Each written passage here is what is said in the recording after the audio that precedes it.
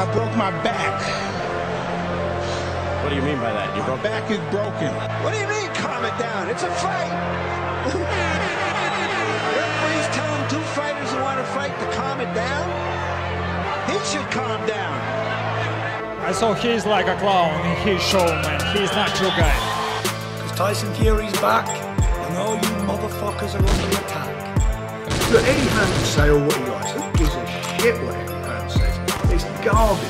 Are you off your tits? Have you been smoking something? Can you let me retire and be happy? Please? Just please. Bombs away from the Bronx Bomber! Wanda! Let's go, baby! Let's go! I'm through. They put somebody else up and give me an interview. What are you talking about? What are you talking about? You never give me a fair shake. HBO needs to fire you. You don't know shit about boxing. You ain't shit. You're not shit. I wish I was 50 years younger and I'd kick your ass. I got dropped, man. Are you kidding? No, you won the fight. OMG. I am so excited. Any of you radio personalities think you want smoke? Call me Mr. Chimney. I want smoke. Yes. What is up? MCR family? Another Daily Edition show live on YouTube, obviously podcast form, Spotify, iHeartRadio, iTunes, etc. You know where it is. If you're listening on podcast form, drop that 5-star review on iTunes. Actually, write a review because then I read them on the show. And obviously, if you're listening on YouTube, hit the like button, share the show, subscribe, all that YouTube stuff aside. It is review of Canelo versus Rocky Fielding, the opening debut of Golden Boy on the Zone, the debut of the Canelo experiment on a streaming platform. Really the first time in combat sport history that we have a pay-per-view star being exclusively tied to a streaming platform for the foreseeable future. Obviously cannot wait to delve into that card itself. Gilberto Ramirez rematching Jesse Hart. Shots at me for picking that fight completely wrong. Oh, God. Damn, Jesse Hart. Letting me down, man. Letting me down. But Gilberto Ramirez definitely showing some improvement. Definitely going to talk about that one as well. And, of course, breaking news, as usual, right before the show. AJ versus Big Baby Miller, potentially on that April date, but not in the UK. At Madison Square Garden. Yes, ladies and gentlemen, that is a breaking news topic we're going to get to. And, of course, the whole Jermall Charlo unfortunate replacement fight that he has to have now against Matt Korobov due to Willie Monroe Jr. Testing positives for some adverse finding. It's very vague. Shout out to the great VADA and the Clean Boxing Program for being very transparent in this process. Obviously, we're going to delve into that one as well, but bring it over to my main man, Robert Hearn's second cousin, twice removed of Mr. Eddie Hearn. How you doing? Very good. Yeah, breaking news as always. MCR tradition. Joshua and Miller in New York. Forget Wembley Stadium. He had apparently such a great time over at MSG. Enjoyed the Canelo experience. So yeah, we could talk about that and potentially doubled offers and things like this. But yeah, Canelo and Rocky, that whole card, we'll review that. I went along with you with the Jesse Hart pick, so yeah, shit happens. And Gary luckily got away with his prediction by Lemieux not making weight. So damn, I'm so pissed about that, man. I'm so upset about Gary being right about that one. God damn it.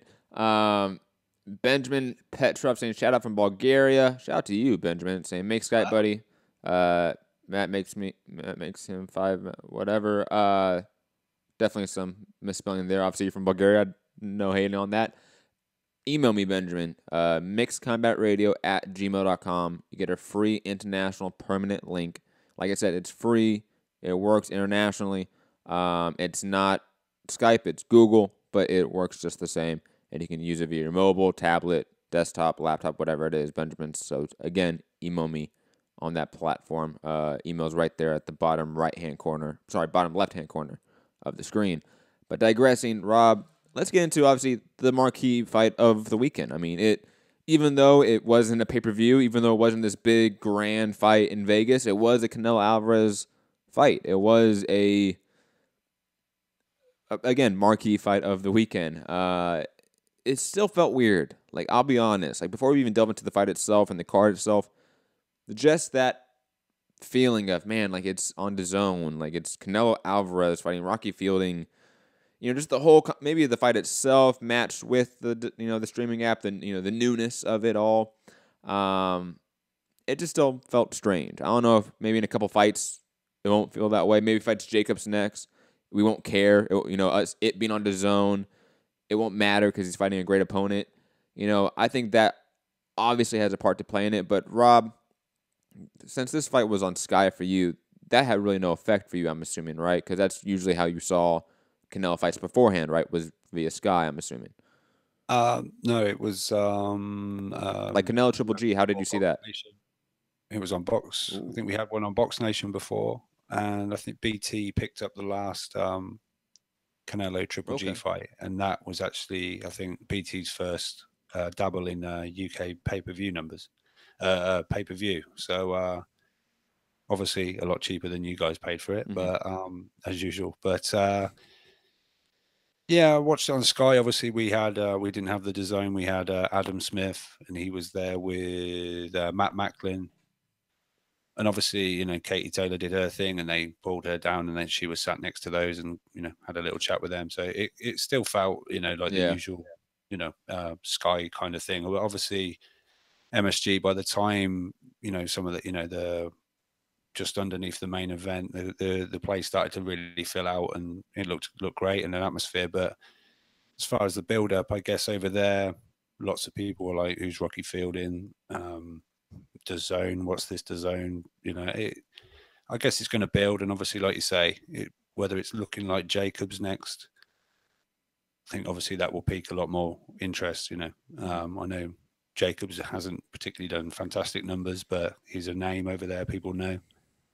So yeah, I think it'll draw in more. But I just wonder if it was who's Rocky and DAZN. But I think I saw DAZN have retweeted a lot of, I've just downloaded DAZN, fantastic, this, that, and the other. And if you're a combat sports fan, or if you're a fight fan, wow, and there seems to be gradually, as each card has gone on, DAZN have been able to tweet, retweet, and like comments from people that obviously downloaded it. So it's going to build slowly, I think, but obviously that's what Canelo's there to do.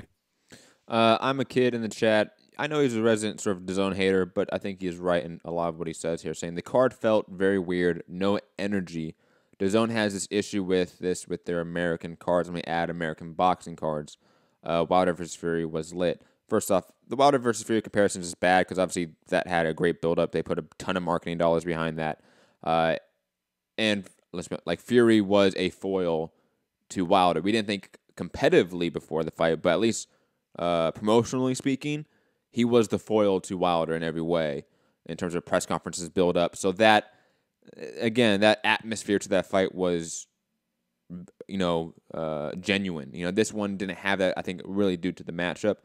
But I will sort of add that overall, the DAZN boxing cards that have the Sugar Ray Leonard, Brian Kenny commentary team, it does seem dry in a sense. Like, it does have this sort of lifeless feel. Like, it's very corporate, it's very by the numbers, and I get it, and it's clean, and everything just looks amazing, but there's no emotion behind it, if that makes sense. And maybe that's just an issue of commentary team, and that's going to need to obviously have some changes to it.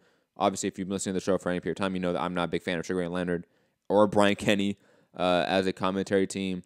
And I'm a kid saying World Boxing Super Series is solid, and Bellew versus Usyk was good. Yeah, but that, World Boxing Super Series is a different team. So, it's not the Sugar Ray Leonard. It's not that broadcasting team for Matchroom USA, right? That's particularly what I'm talking about here, since that is usually what we're talking about when it comes to DAZN properties in the boxing sphere. Rob, I don't know if you have anything to add to that, or if we want to just move on to the card itself. I can only go, I've seen stuff on DAZN social media regarding, hearing what Sugar Ray Leonard and Brian Kenny and that.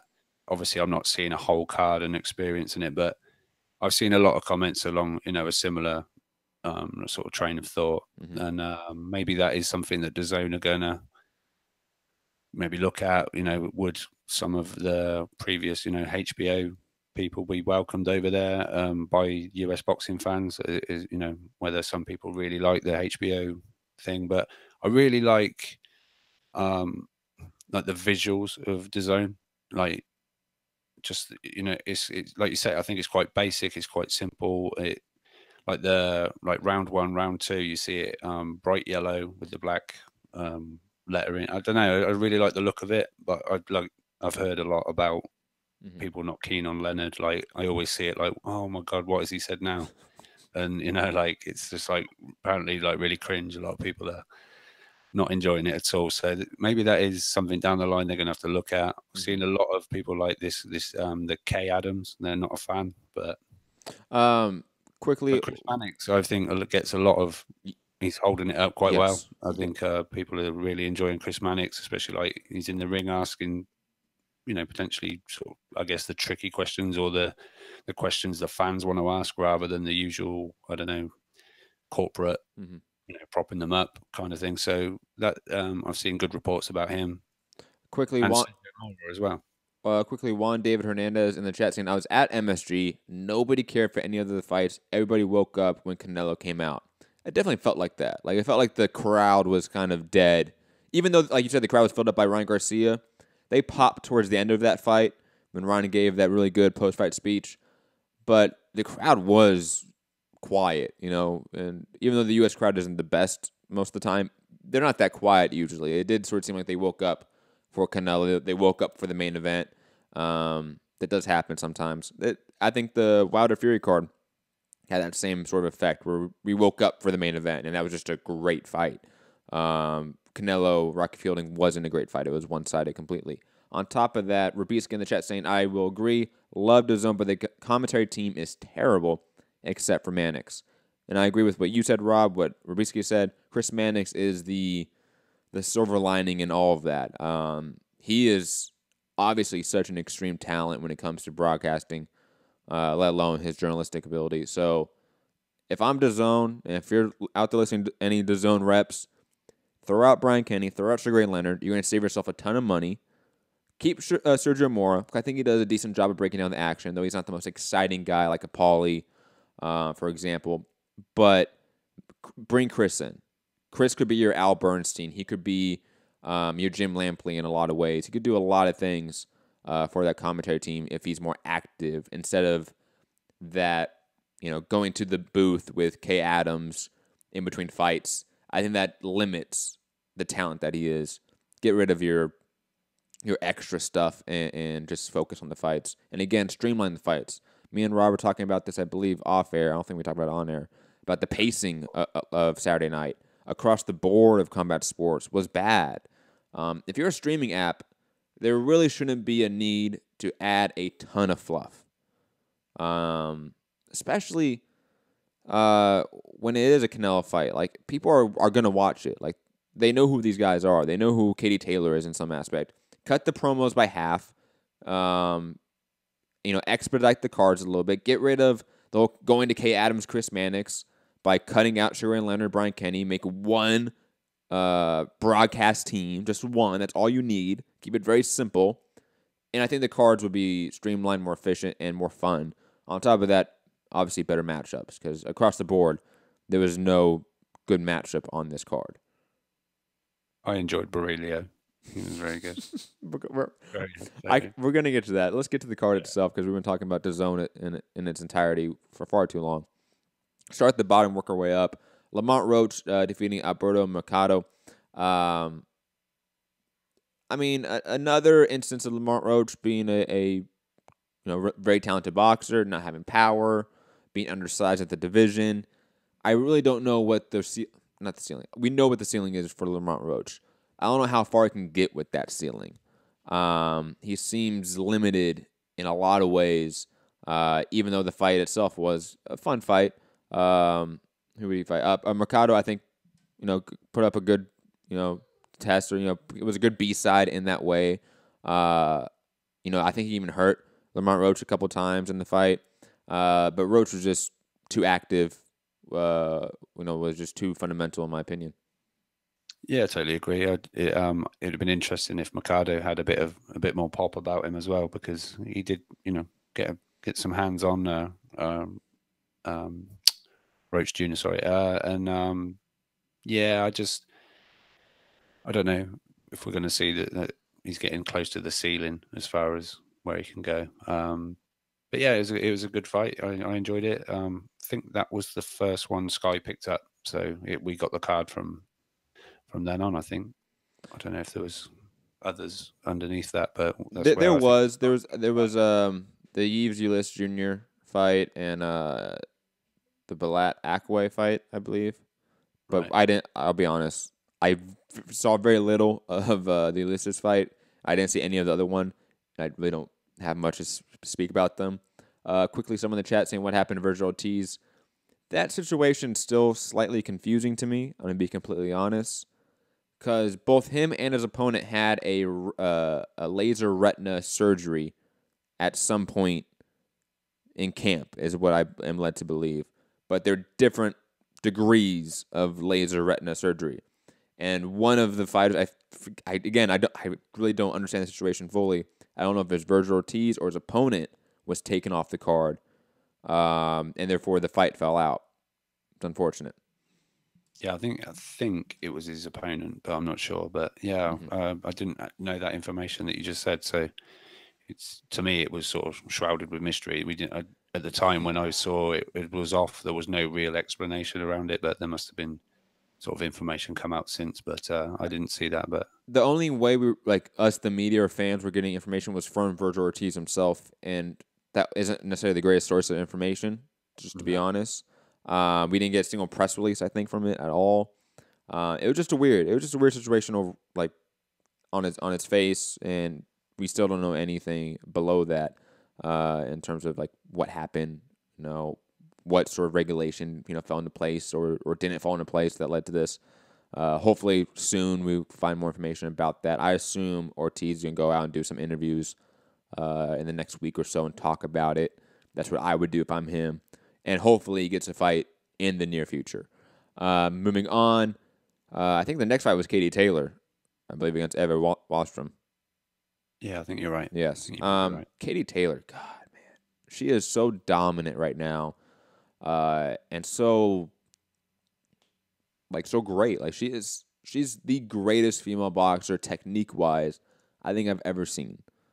The way she slips off the center line, works her combinations, can explode at times, can be methodical at times. She is so varied in what she does offensively and defensively that I don't see anyone giving her that work in the division except in a couple of years, Michaela Mayer, obviously. But until then, 135 is her division. She's the unified champion right now.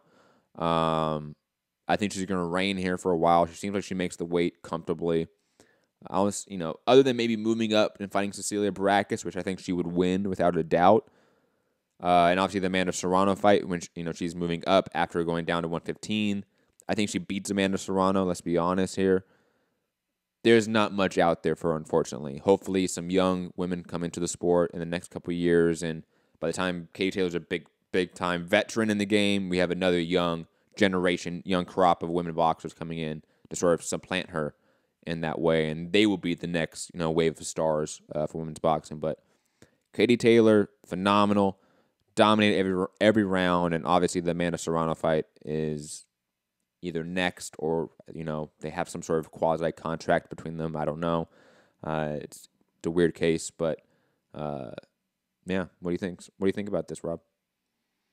Yeah, she was on point. I believe she'd faced this girl 6 times in the amateurs previous to this, and she'd won. Katie Taylor had won all 6 of them. So I'd imagine the girl coming in, despite perhaps looking confident in a weigh-in and a press conference, she knew what was coming. But yeah, Katie Taylor was on point, like you say. She mixed it up. I like at times that she stood her ground and sort of was willing to trade and at times try to press for the stoppage. I think at that point there was a little swell of support in the crowd. There was obviously the Irish, and it sounded like quite a lot of women that were,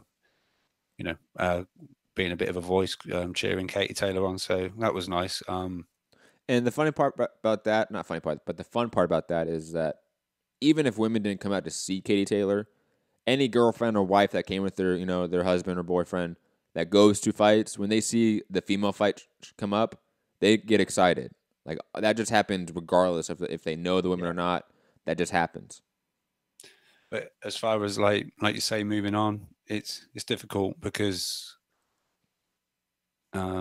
always have to be careful approaching this because of, like Niger and things like that tuning in. But there just isn't the level, the depth of talent in women's boxing right now. So we've got these potential, star women in divisions, but they're in different divisions. So it's going to take someone moving up 2 or someone coming down 2 or meet you halfway. I'll jump a division and you drop down a division to get these what are going to be deemed as, the women's sort of super fights. Other than that, I can just see Katie Taylor just having just showcases really. Yeah.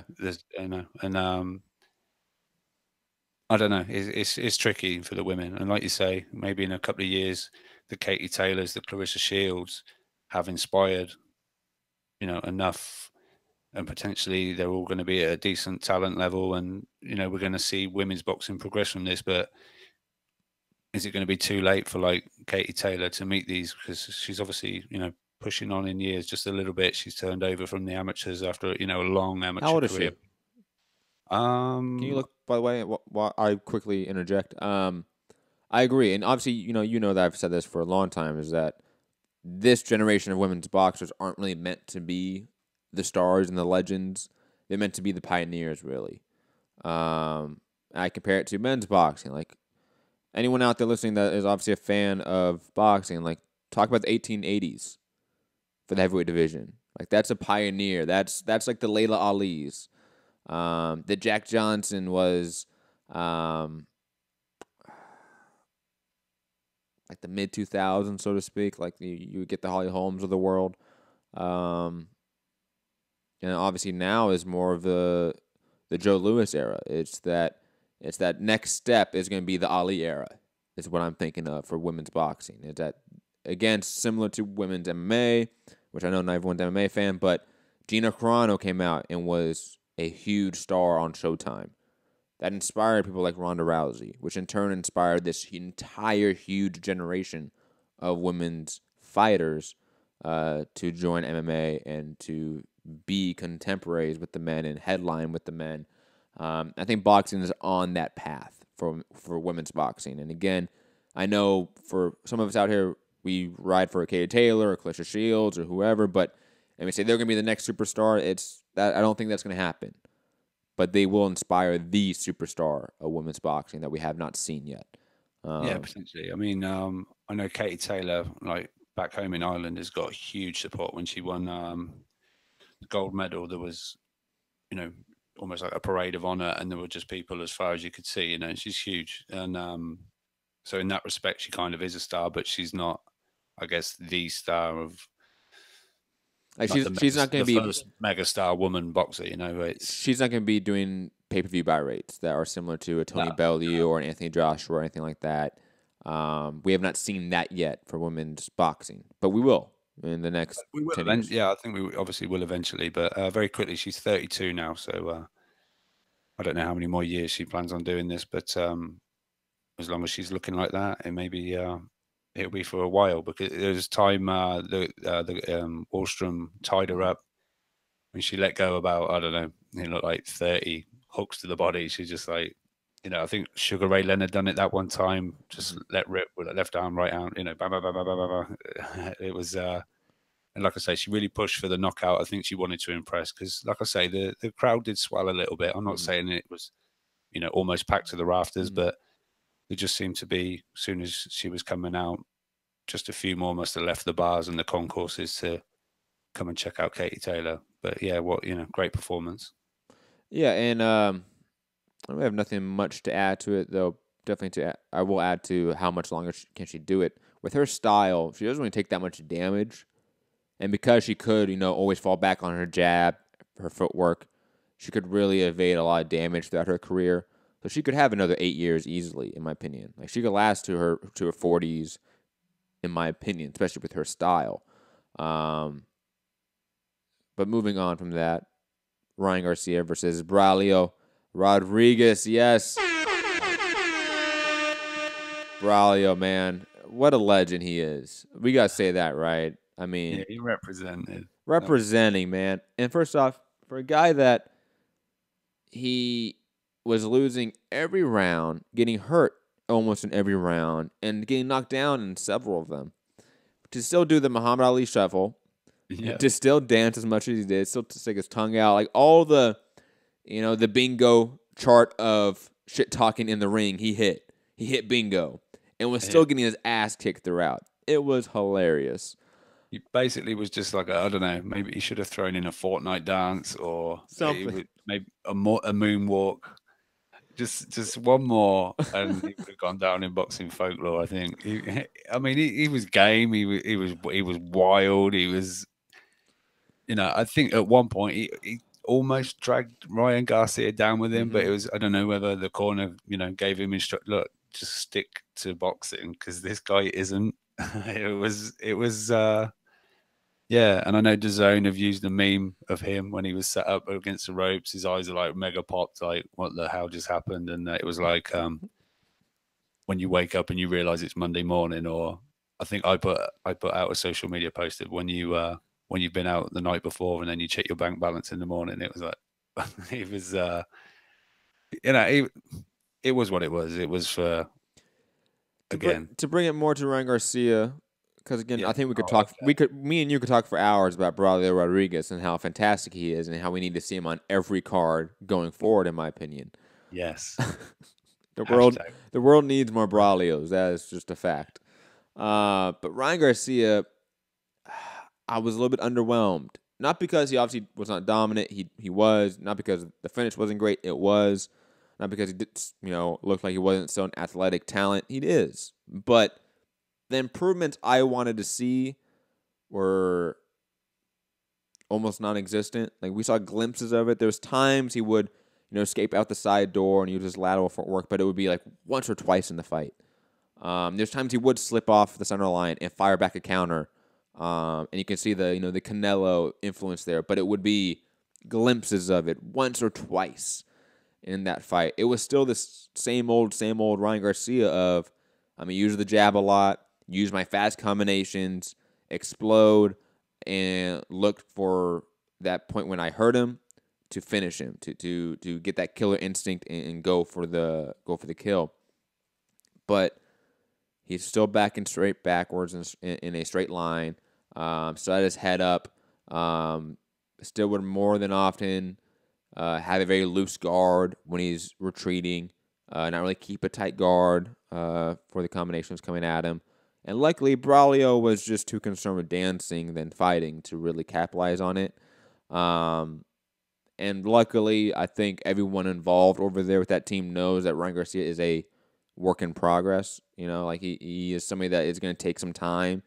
I think Oscar knows that. I think Canelo. I think Eddie Rene. So I think they all sort of know that. So they're going to take their time with him as they should. Hopefully, the next fight we see more defensive improvements because offensively he is a talent. We've known that. It's always been defensively where we question him completely. Yeah, I totally agree. Like I say, I think maybe we judge him on his next fight a little more, having jumped with Canelo's team. Yeah, after 2 training camps with Eddie Rene, so we should see more. We should see significant improvement. Hopefully. Otherwise, he's maybe not going to be what he's touted to be, or what we were led to believe he was going to be, or what his clout warrants in a way. And like, what is he? 19. There's plenty of wrinkles to iron out just yet. He's young. I think maybe he's just too eager because he seems like quite hyped once he. After he seemed a little hype, and I know he done like a decent interview afterwards and that, but he cut a promo. Yeah. Yeah. Was it? I don't speak any Spanish. Yeah, or- like that was good. Like that was a good little promo. Like you could clip that, and if you're the zone, Oh, if you're a Golden yeah. Boy, that's gonna run. Like Mexican Americans are gonna love that. They will. Yeah. I mean, it's just a soundbite straight away. You know, DAZN are going to use that. Golden Boy themselves will clip that and use that. You know, it's just further adding to what he's got. And he's he's tried some Spanish. You know, it's good. But as far as his performance, I think, like I say, the opponent with all the showboating and this and despite making it count for anything as far as winning anything, rounds or anything, but. Mm-hmm. Whether that, just threw Garcia off a little bit and sort of dragged him back to what he used to know and like the stuff he'd been taught is sort of, I don't know, fallen out his head because he was in the moment. But obviously, a young lad, that will all come. And the more, I guess, we're going to see him on every single Canelo undercard now. And in that camp, he seems to be looking at Canelo as a kind of, inspiration or a mentor. Guy I should be trying to be. So I think we judge him off his next fight and maybe the one after that. But he done the business. He done what he was supposed to do in the end. So it was good. By the way, he is 20 years old, and that's one of those things. Like obviously, he's a weird paradox of a fighter because he's very young, 20 years old, but he has a long amateur pedigree and career, over 200 amateur fights. Has fought guys like Shakur Stevenson and Devin Haney, I believe, in the amateurs. I think he fought Devin Haney a couple times in the amateurs. A guy that's just missed out of the Olympics. So he is obviously a very talented boxer, but he is young. He's unrefined. He's raw and rough around the edges as a complete project or a complete fighter. So, and plus with his age, combined with his huge following, it's just a weird dynamic with this kid that I think, as a promoter, it's going to be tough to thread that line of, yes, he has this huge following. We need to get him out there and get that exposure, but we also can't have him out there at the high level and getting that exposure because he's going to get found out at this point in time. Maybe a few years down the line, like you said, like I've said, it changes. If it doesn't, though, that's a concern. If in a year's time we're saying that, Ryan Garcia hasn't improved, I think the warning, sign should be put up and said, hey, this guy maybe he won't pan out like Oscar and like others think he will, unfortunately. And again, I hope that doesn't happen because I think the sport would be better if Ryan Garcia is an elite fighter. Let's be honest. Like the sport needs stars. It always does. It's always in the need of the next star, and Ryan Garcia could be that if he keeps winning. Yeah, he's a star in the making, but he's got to put the work in. He's got to listen. He's not got to let it get to him. I just think now he's in the perfect place, and if he's not going to do it within this team, then he's going to be an exciting fighter on his day, and maybe a disappointment on his bad days as well. I guess that's true of all fighters, but I just mean. He's got that raw talent that on his day could really shine, and on other days he'd be like always give you that question mark of I don't know.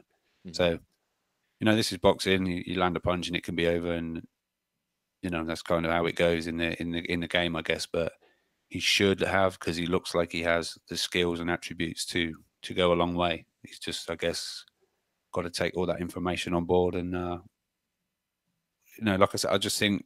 I was just watching that the journey with DAZN's version of 24/7. He seemed to be almost not in awe of Canelo, but kind of like, this is the guy I need to. Like I can imagine him like if Canelo goes over and gets on the treadmill, he'll be on the treadmill next to him and like almost following him around. I'm going to do what this guy does. Yes, as he should. Like I hope. Yeah. I hope everyone's telling him like, hey, you stay around this guy as long as you can. Because you will go farther with him. Iron sharpens iron, and that is Canelo's the sharpest iron in all boxing right now. He has probably the best boxing skill set in the game, and Ryan Garcia's athletic ability could be perfect for that style of fighting, in my opinion, if he can achieve that. Yeah. Like I say, if Canelo's bench pressing X amount, I'm going to do X amount. Yes. If Canelo goes to the beef taco place, then, well, I'm not suggesting you should follow him to that one, but Yeah, maybe find some other beef tacos. You know? Yeah. Some other carne Maybe asada. a US one. Anyways, moving on to Saddam Ali versus Mauricio Herrera. I really have little to nothing to say about this fight. Saddam Ali, in my opinion, looked bad in this, even though I think he won clearly against Mauricio Herrera.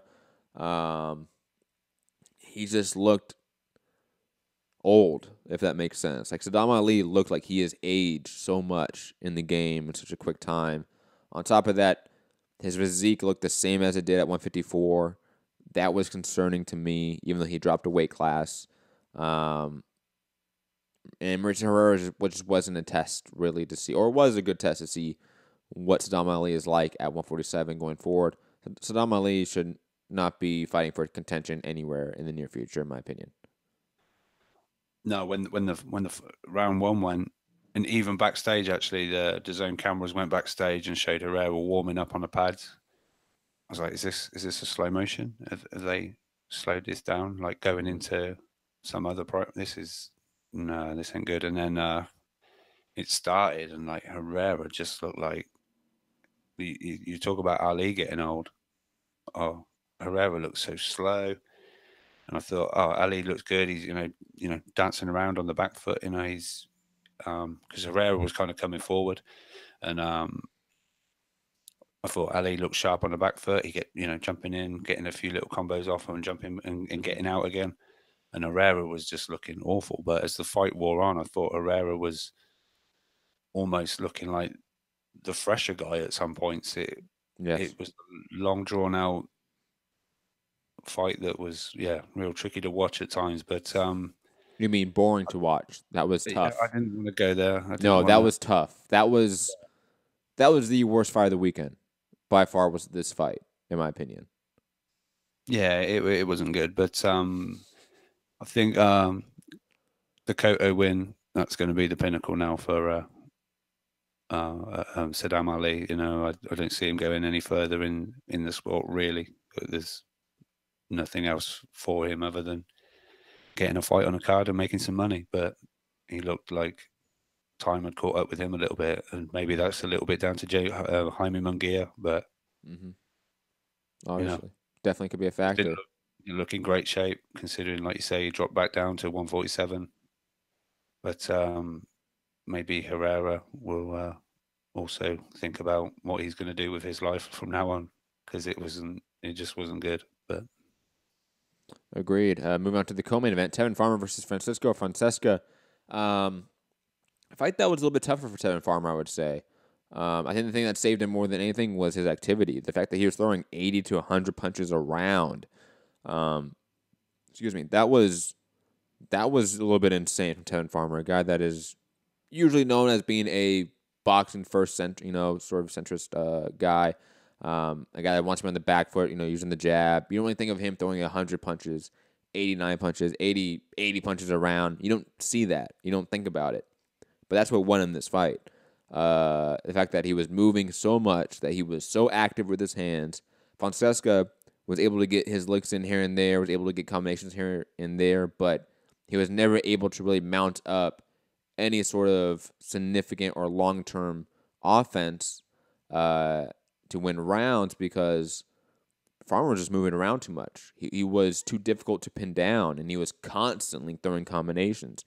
He wasn't throwing single-shot counters. He was throwing combinations constantly. So it's one of those fights where I walked away from it thinking that, Tevin Farmer is really impressive, because not many guys can move around that much and throw that many punches for 12 whole rounds. But Francesca was still able to land his shots in that. He was still able to make it competitive, I think, throughout. If Gervonta Davis, when he starts getting his shots in the midst of Farmer going, chaotic with his, activity, will that slow Farmer down, because Davis is just a significantly different type of puncher than Francesca? I don't know. Maybe Francesca is just one of those game guys that we sort of don't think about because, A, we've only seen him once, and B, we just don't know anything about him. So it's a weird sort of fight to come away from, sort of to get a consensus about Tevin Farmer. Cause I think he walked away from this with his stock slightly dipping a little bit. Could be wrong about that. Obviously, call in anyone 323-870-4051 if you want to debate that. I felt it's weird because I was kind of like impressed with Farmer, but I also felt he maybe, I don't know whether he took him a little lightly, because I think pre-fight he predicted he'd get him out there in round 4. But I think we've got to give Fonseca credit, like you say, where he's quite a durable guy, but also in the last couple of fights, he put more hands on Tevin Farmer than other opponents have, and like you say, he got some shots off. But yeah, Farmer, I think recently I don't know whether it's this boosting his confidence with, like we've discussed before, he's got the belt, he's getting good money, he's on the zone and this, that, and everything's great. He seems to have the upper hand as far as talking the shit to Gervonta now. It was roles reversed. And he's almost been looking for the knockout, whereas before we've thought of him as this sort of back foot boxer, super skilled, barely, real great defensively and gets his shots off when he needs to and wins fights. But he's really sort of been looking for knockouts, and these, like you say, sort of 80 to 100 punches in a round. That's not what we're used to seeing. But I was sort of impressed by it, but I felt like maybe that was brought on by, Fonseca's sort of pressure a little bit. He was making him work. And he was almost, the last few rounds, Farmer was almost, running. He was sort of almost in amongst the ropes and ducking under and spinning out. But it was good. He's been out, what was that, his 3rd time this year? In a shorter space amount of time as well. So I know they're looking to fight him in March, I think, in Philadelphia. But yeah, sort of mixed on it. I thought, he's sort of good to watch, but I felt that wasn't the best of him on Saturday night. Agreed. Move on to the main event. And Fugatti, I see you on the line. We're going to get through the fights that happened this weekend, then go to you, just so you know. So once we get through Gilberto Ramirez, Jesse Hart, we're going to go right to you. Rocky Fielding losing via TKO in the 3rd round to Saul Canelo Alvarez. This fight was interesting to see, because to see the significantly smaller guy, in terms of height, Canelo looks like he's half the height of Rocky Fielding, but he was bullying him around. He was pushing him around, beating him to the body. Rocky Fielding had no answers. Obviously, Canelo was in his face constantly, throwing to the body, throwing vicious combinations. So Rocky Fielding was able to connect at times, but it wasn't anything effective. It wasn't anything sustained. And Canelo's head movement and upper body movement is just unreal, matched with his now real efficient, aggressive combination punching that he just hasn't had early in his career. This was just a one-way fight. Canelo easily dominating him. Obviously, I think there's not much to say about the fight itself, because it was just completely one-sided and dominant, and we knew what it was. It was a tune-up. It was a showcase. That's what it was.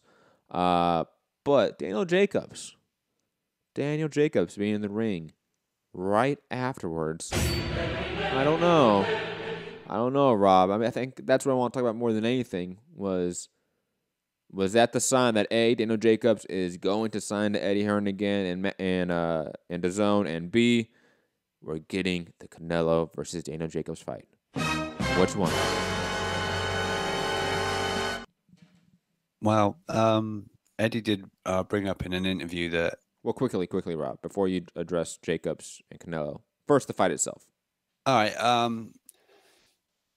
I've been pretty kind of disgusted with what I've seen on Twitter. There's been a lot of people saying that Rocky was an absolute embarrassment. This, that, and the other. I think that's disgusting. And I done an Instagram post today of one of the body shots. Wait, hold on, time out. I need to know who you're seeing this from. Is it U.S. fans hating on the UK fighter? As usual? UK fans. UK fans turning on their own? Embarrassment of the UK. Damn. Emotional. Damn. Why you emotional? Yo, the sheep are emotional. But yeah, I done an Instagram post today. It's got a little bit of traction actually, but one of the body shots sinking in, you know, like burying itself almost alongside Rocky's spine, and I said, you know, form an orderly queue, and take one of these shots, and you know, let's see if you want to talk about who's an embarrassment or what, you know what I mean? It's Rocky Fielding was 25-1, if not more, going into this fight. This was just roll the carpet out. Welcome to the zone, Canelo. You know, we'll fight you in New York, somewhere you haven't fought before. Whole new fan base or a whole new, you know, people getting a look at you. Rocky Fielding was not supposed to win this fight. I maybe thought he could go a little bit further in the fight, but Canelo at 168 looks an absolute beast. And I'll go as far as to say I think he could become the unified 168-pound champion. It's just. Whoa, hold on. Whoa. I was not expecting that turn. Okay. Okay, wait, hold on. So you think you saw enough from Canelo just looking at this, you know, looking at 168? How does he look at the weight class? And be enough from this fight that you think he can beat Callum Smith, Jose Uzcategui, Gilberto Ramirez. You think you pick Canelo to beat those guys? I think I not that it's would. competitive. You pick him to beat those guys. I think I maybe would, yeah. I genuinely did. Not because, oh my God, did you see how he dealt with Rocky Fielding? But look at you. It's all right. No, you go. You have the floor now. This is your point. I want to hear it fleshed out now. You have to explain this. It's just, I don't know. Just the feeling I get. I think he just really looked really good for the weight. I think last time he weighed in for Triple G, I thought how he looked kind of small and at 160, which obviously, I don't know, it helped him with his movement, this, that, and the other. But I just think he looked. I don't know. I just can't explain quite maybe how I mean it, but I just feel he looked. It looked like his weight division. It looked like this is where he belonged. I know it's not more of a glamour division than the 160, but I don't care what the chat's saying. I don't care what you're saying. I'm not saying anything. I'm not saying a word. I'm not saying a word, man. I said Bellew would be Usyk, so I'm good. I can say anything. It's bullshit.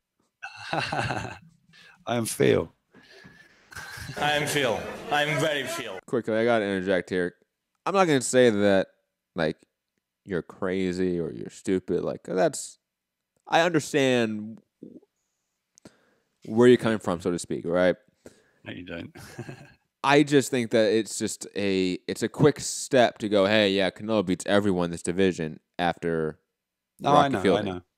You know, but so all right, let's do it one by one. Gilberto Ramirez. Right now? Yeah. I might pick Gilberto. Like I don't think Canelo like is favored in my opinion. Not like betting odds. I'm talking about like me personally. I don't think I favor Canelo to beat Callum Smith, Gilberto Ramirez, and Jose Uzcategui to become undisputed. I don't see that. Could he beat one of them? Absolutely. Could all three of them be very competitive, fun fights? No dispute of that. I'm not saying Canelo is a bum in the division, obviously, but do I think he's the number one guy in the division, or that he could be? I'm hesitant to say that because I think at 160 it's a question.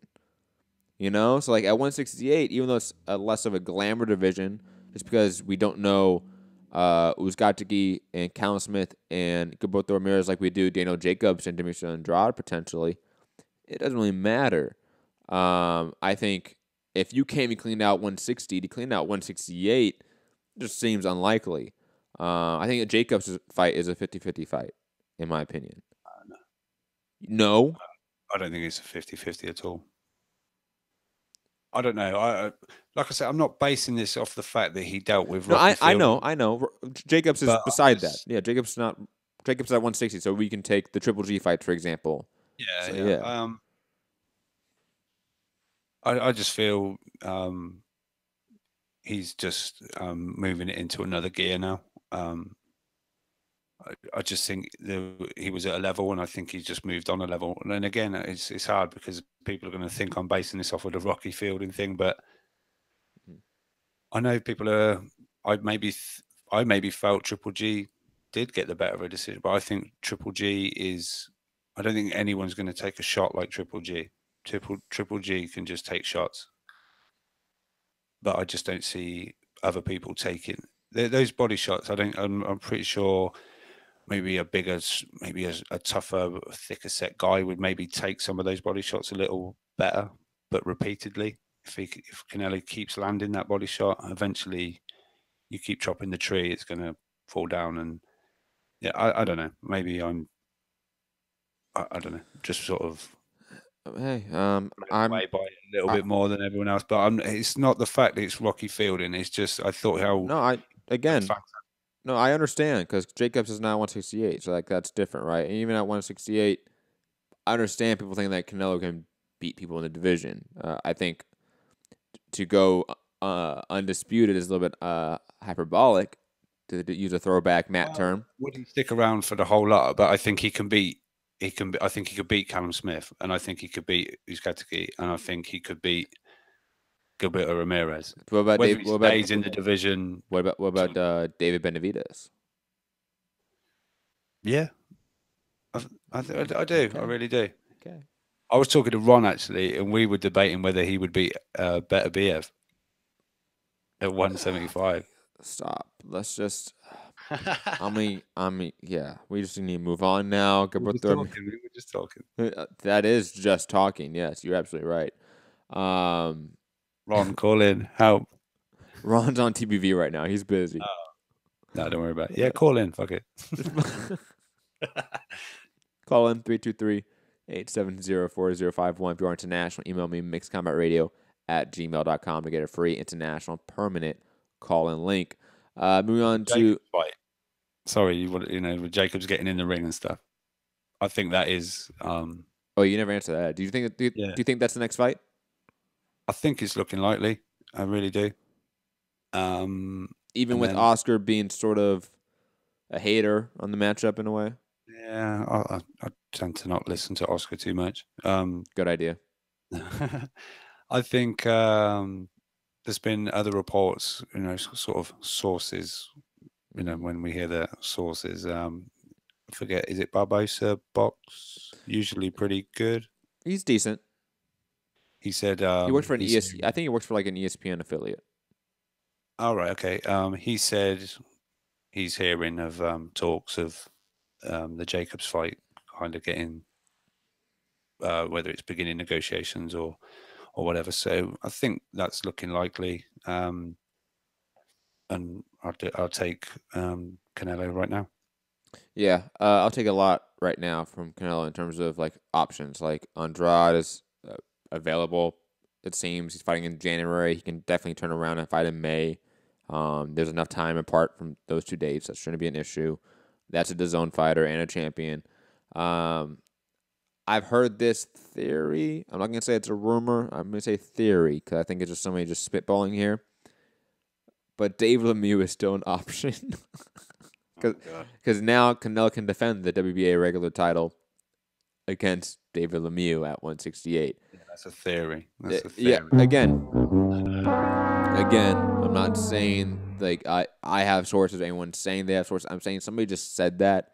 I think it's funny, so I wanted to bring that up on the show.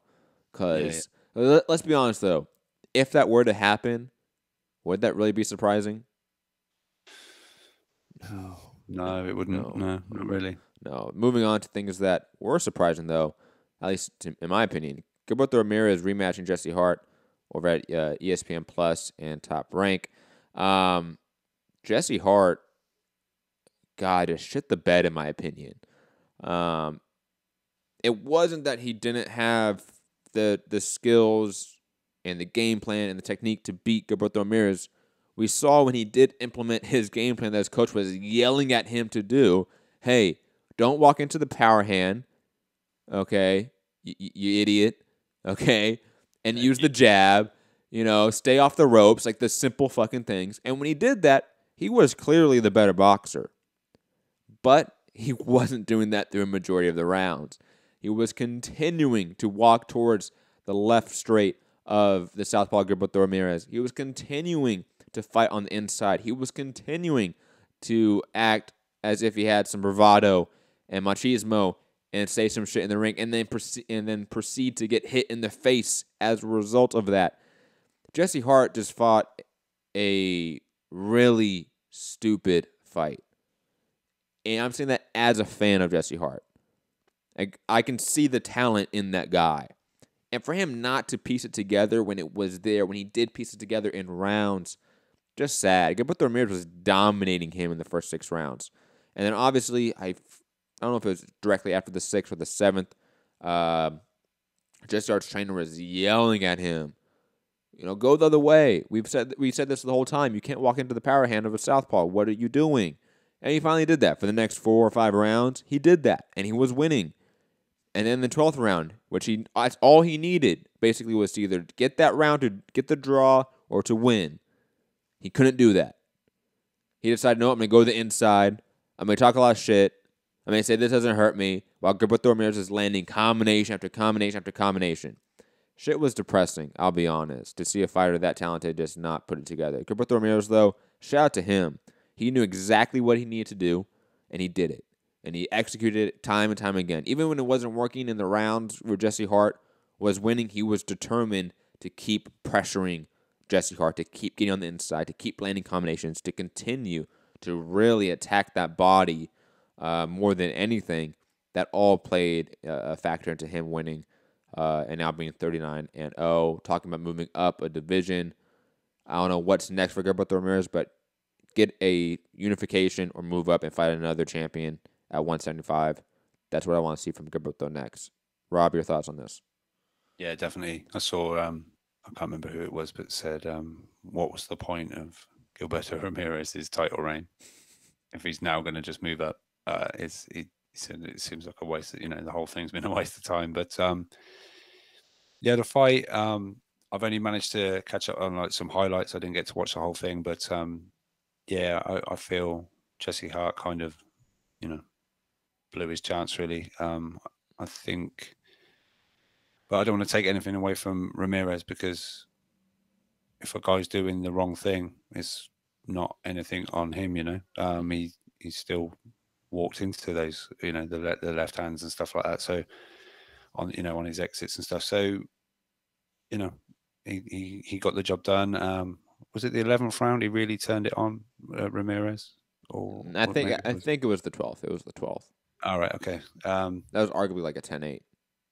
Yeah, exactly. So, like you say, I felt Hart was coming back into the fight from what I saw, and then it was almost like the champion knew what he had to do and really turned it on when it mattered. Championship rounds, they call them for a reason. So he done the business. So as much as, maybe Hart blew his chance, I think we've got to give credit to Ramirez for, kind of a job well done. So Agreed completely. At 175, what do we think at 175? Is he going to be that guy? No. At 168, I think like the Uzgatiki fight is like, that seems like a fight of the year fight, in my opinion, with how those two guys could mesh stylistically. Callum Smith fight, I think, is a fantastic fight.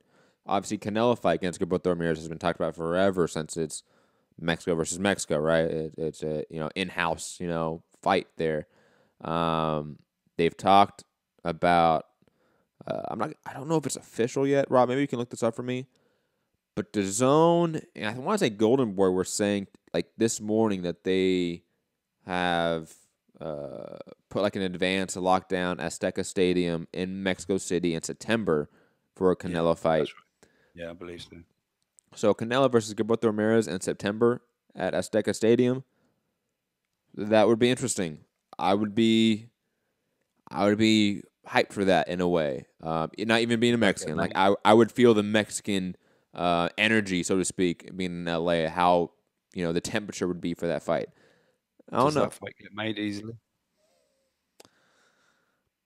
No, not really. In my opinion, I think I think obviously the DAZN versus ESPN is going to be a factor. However, I do think maybe the fact that Gilberto Ramirez is not a sole Top Rank property. He's co-promoted with Zanfer Promotions, right? Zanfer Promotions obviously has who just beat. There was a guy that just beat a big fight. What was it? Oh God, why am I forgetting it? Emmanuel Navarrete beat Isaac Dogbe. That's a Zanfer Promotions fighter. Jose Uzgatsky, I believe, is a Zanfer Promotion fighter. Gilberto Ramirez obviously is. I think Jaime Munguia still is, I want to say. Reports of his headlining of DAZN card, and it said Golden Boy and Zanfer Promotions. Mm-hmm. So maybe Zanfer has some out with, not necessarily out from Top Rank and ESPN, maybe from ESPN in some way, where they're not technically contractually obligated to ESPN. Maybe there's a loophole that way. I don't know. But I will say this. Bob Arum, Zanfer Promotions, Gilberto Ramirez, if they were offered Canelo Alvarez, I think they would bend over backwards to make it happen, right? Honestly. Yeah, I don't think Ramirez is the big, I know they've tried to, but I don't think, he's not your Loma or your Crawford. He's sort of fringes of... Bob would have no issue cashing that guy out with Canelo, making a bunch of money, and bringing him back to ESPN to, make a few cards that he could, really work with. Because, like you said, Gilberto Ramirez has just not worked well with him. One, in, I think, viewership. I haven't seen the ratings yet for that ESPN Plus card, because obviously they don't give out ratings. But the crowd was non-existent. He's normally a ticket seller, though, right? Yeah, that was weird. There was no one in the stands. I mean, it was like the HBO final card, where there was maybe 3 people in each section. But they weren't, like, together. There were 3 people, like, spread out, so it even made it worse, It was, like, 12 people that all bought, like, individual tickets. It looked bad. It did. On top of that, the rest of the card, Joshua Greer, Michaela Mayer, Jermall Herring, Gabriel Flores Jr. all picking up unanimous decision wins. Sorry, Joshua Greer picking up a 7th round TKO in between rounds over Daniel Lozano. So it's not just, people like to hit me up about Matchroom cards at all the A sides, get the easy fights and stuff. So, there's an ESPN card doing exactly the same. So. Yes, Rob. Just saying. I know, like you know that I don't think that, but I want to make it very clear. And I know you think this. What I'm about to say, every promoter does that. Like every promoter has cards filled with like a bunch of prospects fighting, nobodies. Look at like a bunch of like the Fox Sport 1 Tuesday night cards for PBC, where like F.A. Ajabi is on the card. Look at all the great prospects they have, Like, it's awesome, but we know what it is, and that...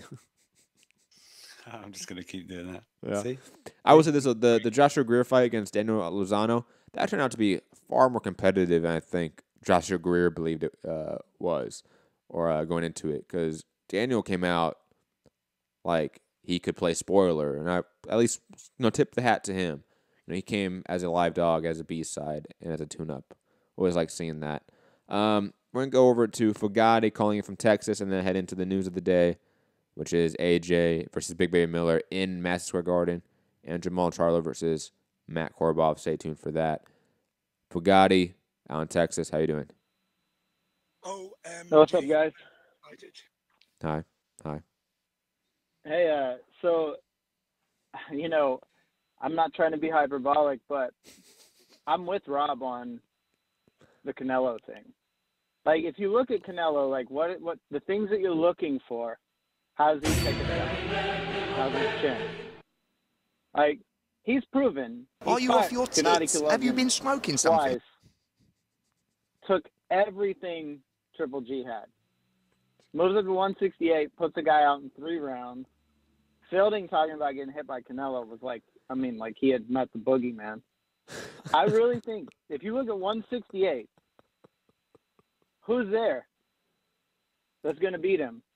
He beats every one of those guys. Like Benavidez is still, he was coming back in March, I guess, from his coke suspension, and then it's not really a Callum suspension. Smith, I think it's like a sabbatical more than anything. Coke suspension.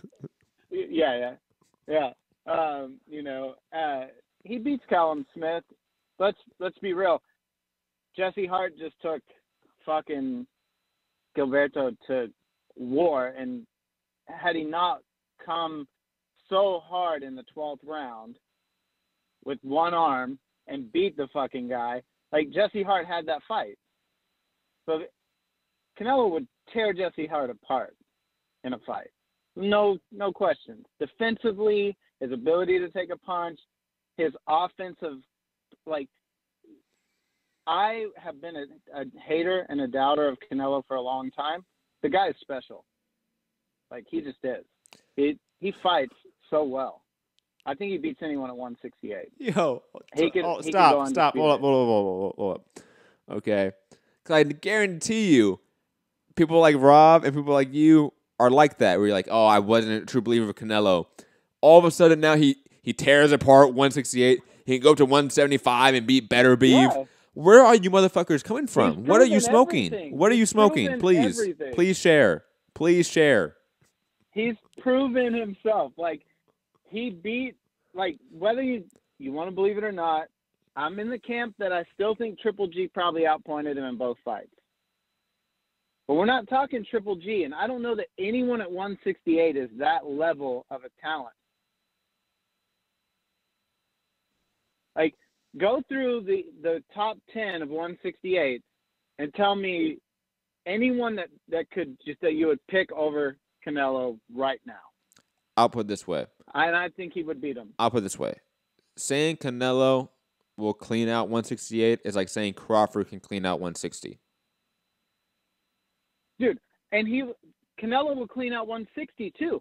Why is he not fighting there? Because there's not a real good fight for him there. What? Jacobs is not 50-50. Jacobs is not 50-50. Jacobs is struggling with every fight he's in right now. Canelo will whoop Jacobs' ass. If they fight May 4th, he is going to knock Jacobs out. No question. I will put money with you on that right now. Charlo, not a fight for Canelo at 160. Not tested enough. That's the other thing about Canelo that I think is being missed is he's been in there with such top-level competition. He's learned so much. He's just a different fighter than those other guys. That's the guy who's got 50 fights at 28 years old or something, 29 years old. It's ridiculous. He's just a talented guy. I really think no one's disputing that. Anyone at 168. No one's disputing that Canelo's not a talented pound-for-pound level boxer. We all know that. But again, there are limits to what the body can do and how far they can go up in weight. That there just is. And Rocky Fielding is not a good barometer for how he can handle the elite of the 168-pound division. Callum Smith finished Rocky Fielding in 1 round, in 2 minutes of action. What are we talking about here? Let me read out. Yeah, but do you think Callum Smith would do that to Canelo? No, I'm not saying that. But again, we're using Rocky Fielding as a fucking barometer, right? It took Canelo 3 rounds. No, it took hold. Let me finish. Let me finish my point here, Fugatti. Yeah. You Mr. freaking conspiracy theorist bastard. Okay, Rocky Fielding is that barometer at 168. He is. You can maybe use Chavez, but I wouldn't because Chavez was weight drain. But I'll let you use that in a rebuttal, maybe. Rocky Fielding, if he's finished in 3 rounds by Canelo Alvarez and finished in 1 round by Callum Smith, how can we use him as this barometer? How can we go after this fight saying, yeah, Canelo can beat Callum Smith? How? What do we have to point to that? How many top pound-for-pound fighters has Canelo been in the ring with? A ton. It's at least 4. At least 4 that I can think of off the top of my head that are top, highly rated, and he has been in there. He's only got his 1 loss. Well, quickly, probably the best guy. Quickly though, those 4, 20 years. Those 4, I assume you're saying are Mayweather, Lara, Cotto, and Triple G, right? Yeah. Okay. Exactly. That was like okay. He lost to Mayweather. People would say he lost to Triple G twice. People would say he lost to Lara. Really? People would say lost to Lara, but honestly, that is some of the Canelo hater. True. Got to give that to people. The first Triple G fight? There was a weird card. The first fight with Triple G? I thought he won. I thought he lost the first fight. I thought he lost the second fight. I'm not giving him Triple G. I'm saying, but there is ring experience there that those people at 168 don't have. And that Ramirez from last night or Saturday night is not beating Canelo. Not beating Canelo. Again, experience matters so much until you meet a guy that is so much bigger than you, that can hit so much harder than you, and can box just well enough to negate the disparity in boxing ability. Callum Smith could be that guy. Yeah. David Benavidez could be that guy.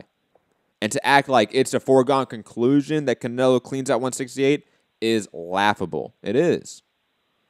No, I'm just saying I would pick him over any of those people. I'm just backing my boy Rob up, and I don't think he's crazy. I think Canelo could beat any of those 168 Yo, you and Rob get a room. I would love to see the fights. And honestly, I think if he takes – Jacob said he'd move up to 168 to fight him. I'm wondering if they do that or if they go back to 160. And then I'm wondering if you're right that September would be against Ramirez. That'd be a huge fight. Like, I think Bob would take that fight no problem. Anyone's going to take a Canelo fight. People want that Canelo money.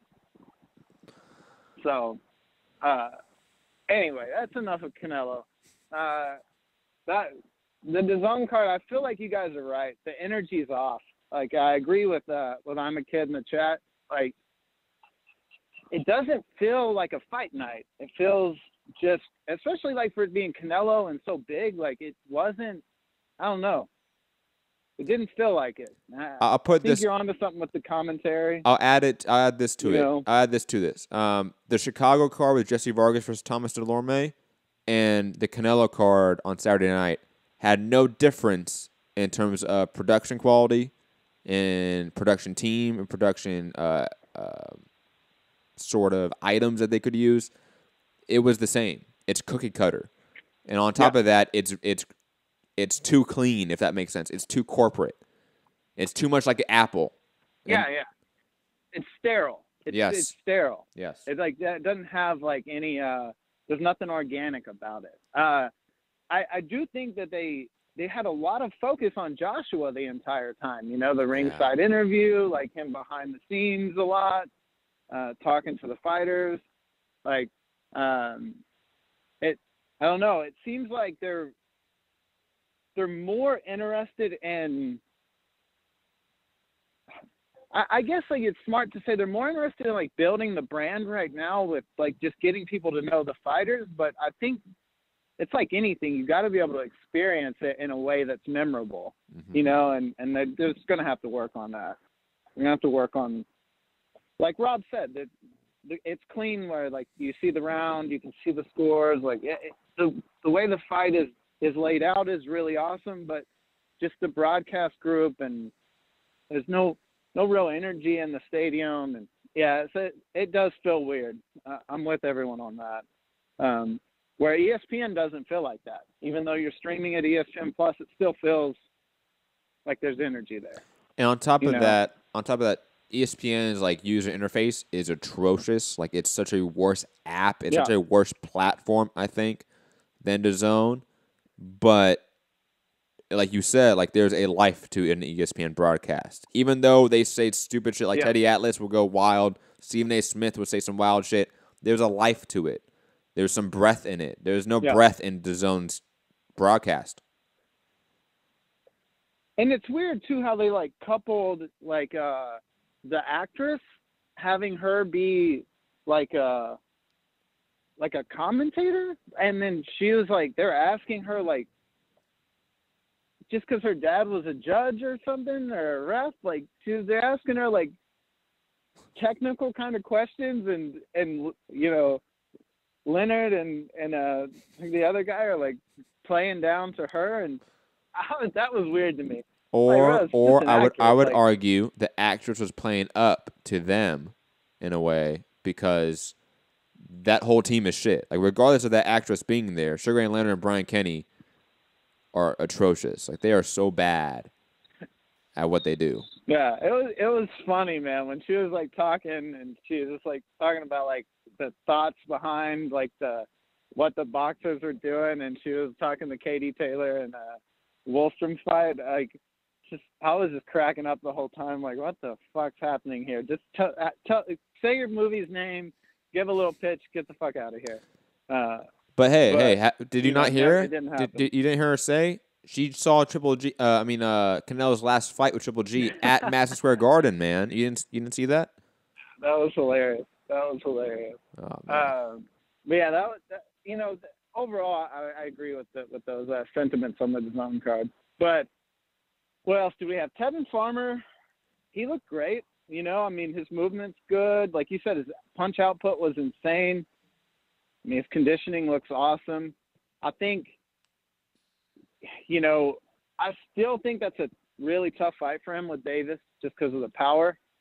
But I do think his activity and the fact that he's, continued to fight people at the weight, whereas like Davis is about to fight his third 126-pounder coming up off of a loss, which is silliness. But, and the inactivity of Tank, I think, is going to play into that a little bit. So really think that Farmer's doing the right things. But, I like I'm a Kid in the chat. He brings up good stuff. I think he's right in saying Farmer's almost too active at this point.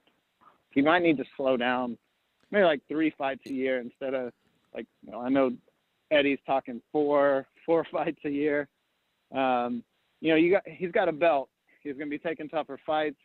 That's a lot of activity for tough fights, So. Agreed. I don't know necessarily that he needs to do that. Katie Taylor, they're talking about Breakus coming down to 140 and Katie going up to 140 next year for that being like a mega fight. What do you think about that? I love it. I think it's a great idea. If Breakus and Christian aren't going to meet at like 154, then I think Cecilia Breakus needs to move down to 140 and make a fight with Katie Taylor, because Breakus is one of those. She's in that situation where she obviously is the most decorated champion at this point in women's boxing, and arguably boxing right now. She's been undisputed in the welterweight division for near 3-4 years now, it seems. But she's not a superstar. No one really knows her. She's not a ticket seller or a draw in the UK or the US, which you need to be in order to make money in boxing, really. Or maybe, obviously Eastern Europe has its market, but she's not of that. I think, you have to go to 140 or 154, and Katie Taylor is probably the easier fight to make at this point than Shields, because Shields is still tied to Hammer. Yeah. Shields is so tied to Hammer, and I just don't see Shields, I don't know, her getting down to 154. She's so muscular and big, it seems like, I don't know, it seems like getting her to go to 154 is going to be, that's going to take a lot.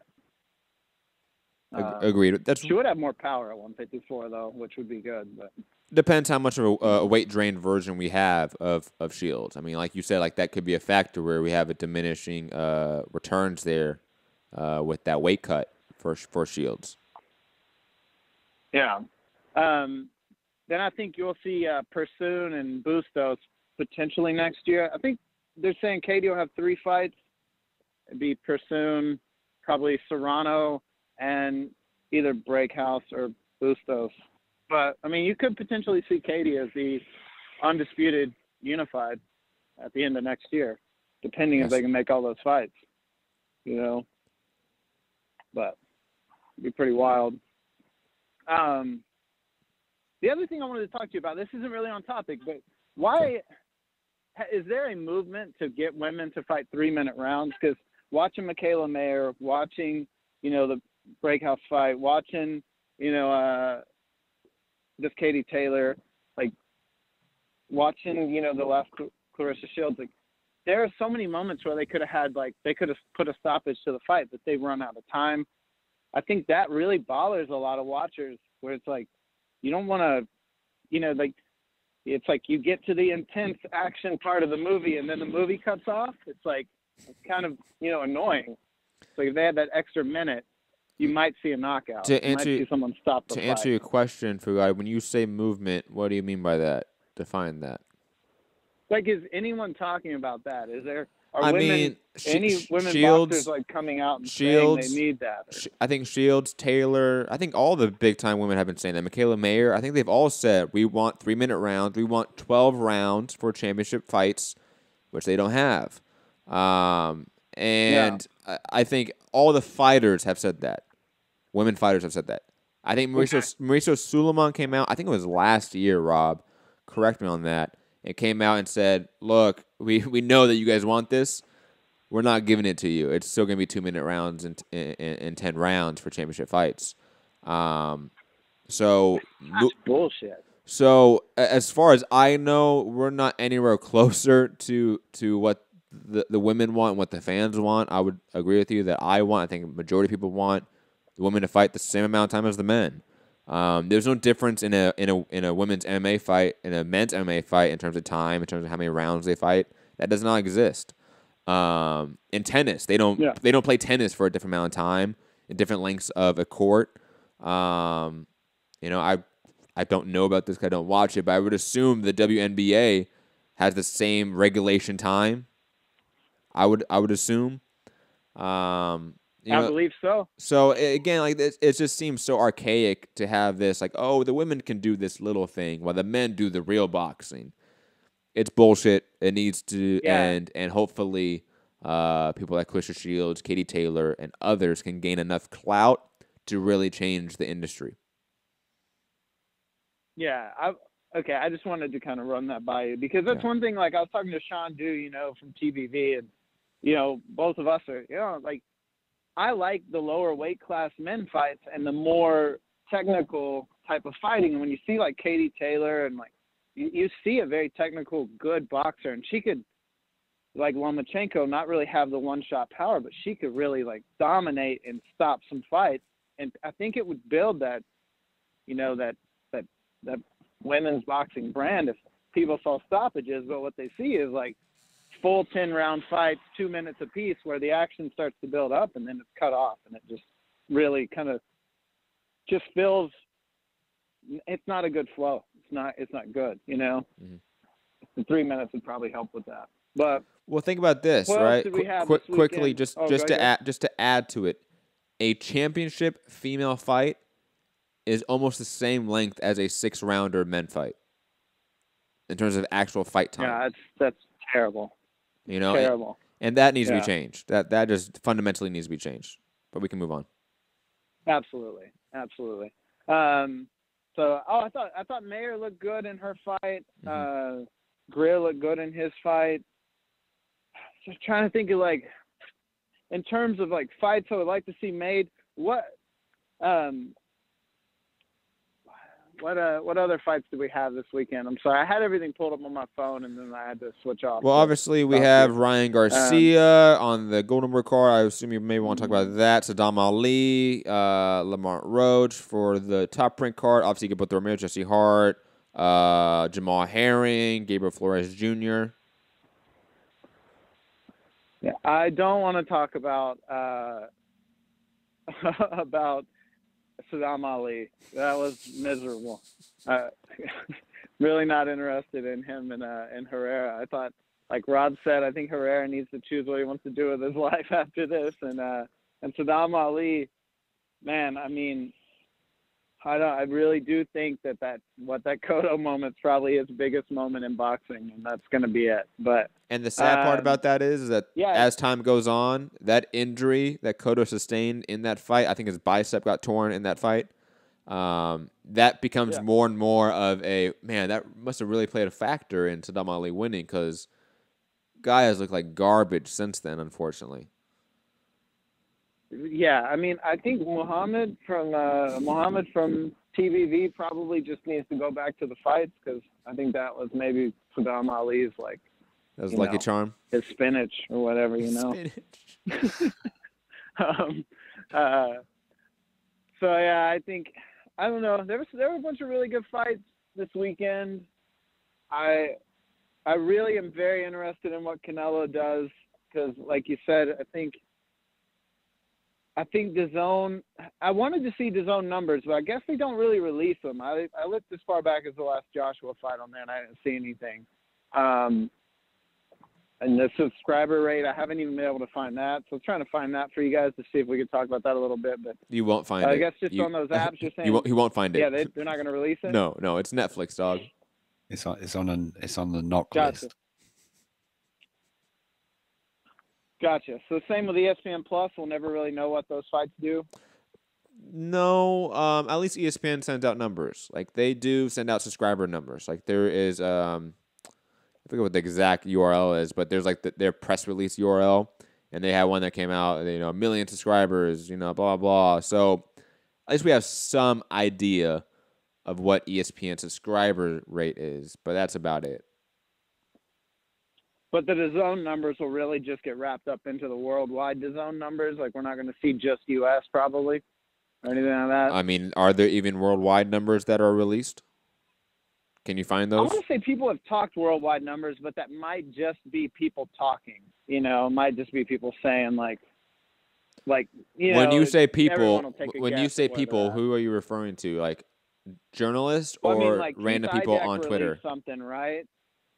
What was that? Keith Idek released that something like 16,000 people watched the Joshua Povetkin fight live on DAZN. 16,000, and then he released, I think, a worldwide subscriber number at one point. But it was it's all like I don't know that any of it is substantiated because I find it hard to believe 16,000 people watch Joshua Povetkin live. I feel like that's a very low number. Well, like again, Fu, you know this, right? Like if you're watching my show right now, it says 12 people are watching live.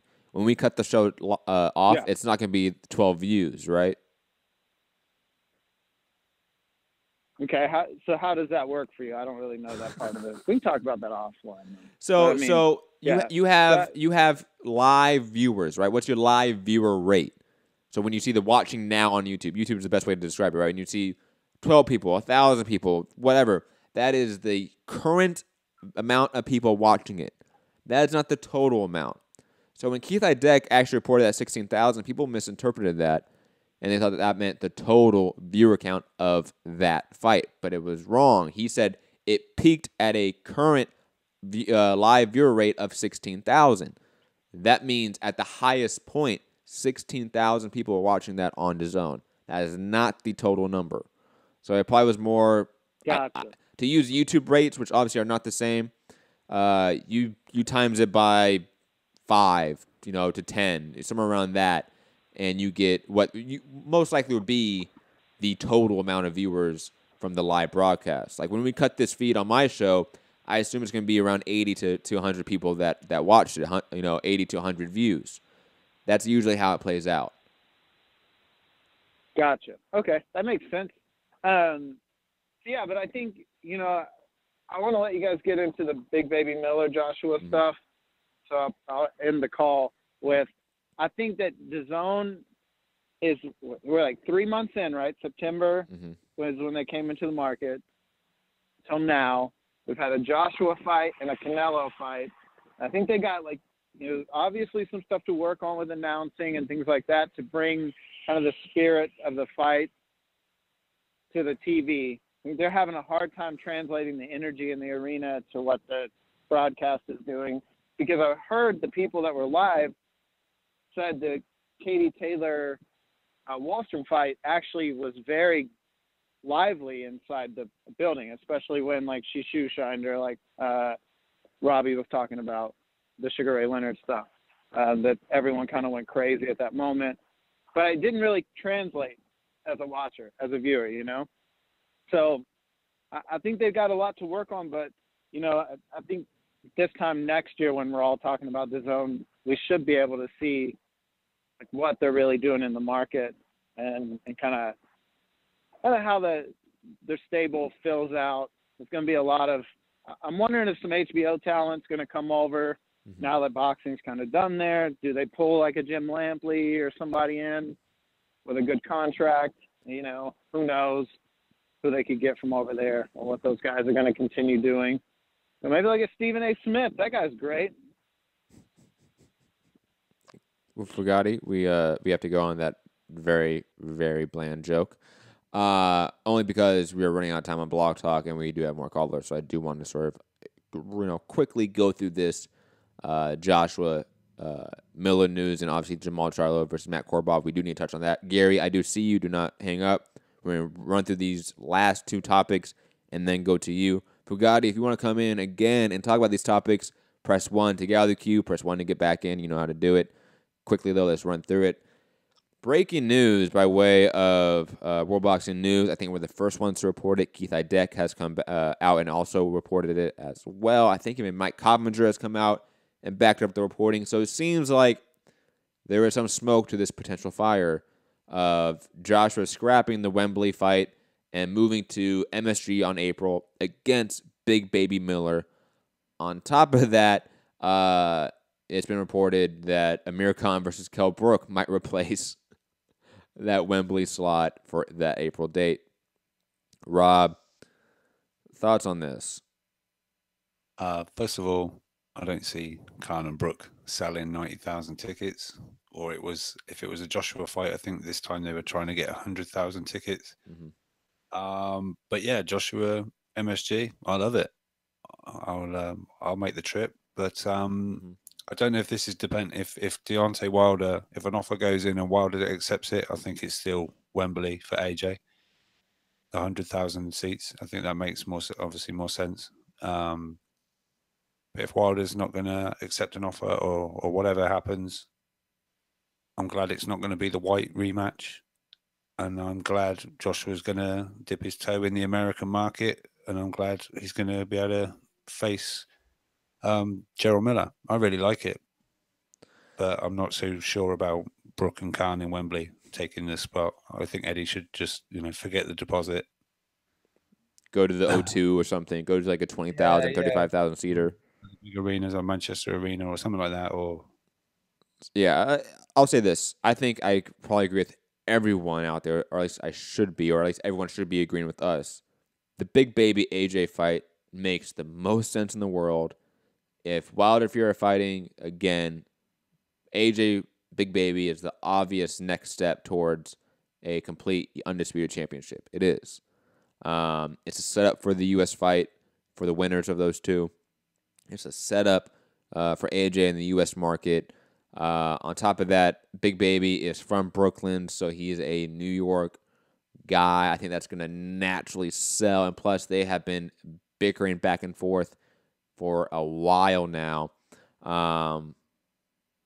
This just seems perfect. And that's where I kind of fall down. I'm like, maybe it's too perfect. We don't get good things, right? Like, boxing fans don't get what we want. I've wanted the Big Baby AJ fight for some time.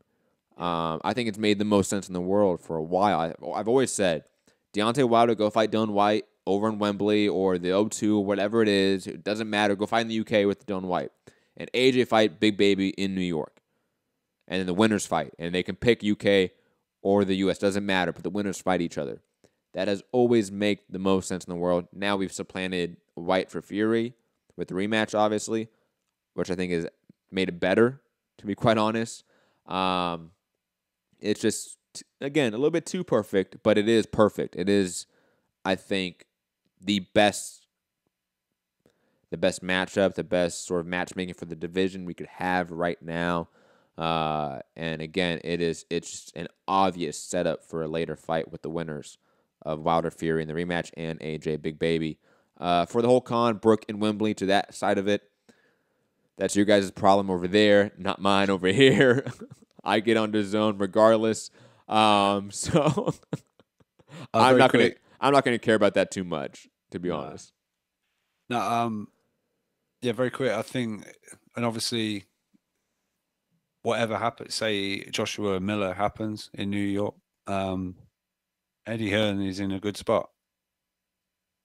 Yeah. If Miller is the guy that suddenly becomes the unified champion, he's got and a U.S. fighter, a New York fighter. Yeah, and it's all good. So it makes sense in a lot of ways. Obviously, I think Eddie Hearn is still wanting Joshua to be the guy. But yeah, it looks good. And I think obviously Joshua coming back to the UK, should he take a loss? I really don't think he will, but should he take a loss, he's got every opportunity just to rebuild. Obviously, there'll be a rematch in there, so Big Baby Miller will come this way over to the UK and have a fight. So yeah, Joshua's still going to be that kind of big commodity, but obviously minus belts, it's a lot more difficult. But I think it's like you said.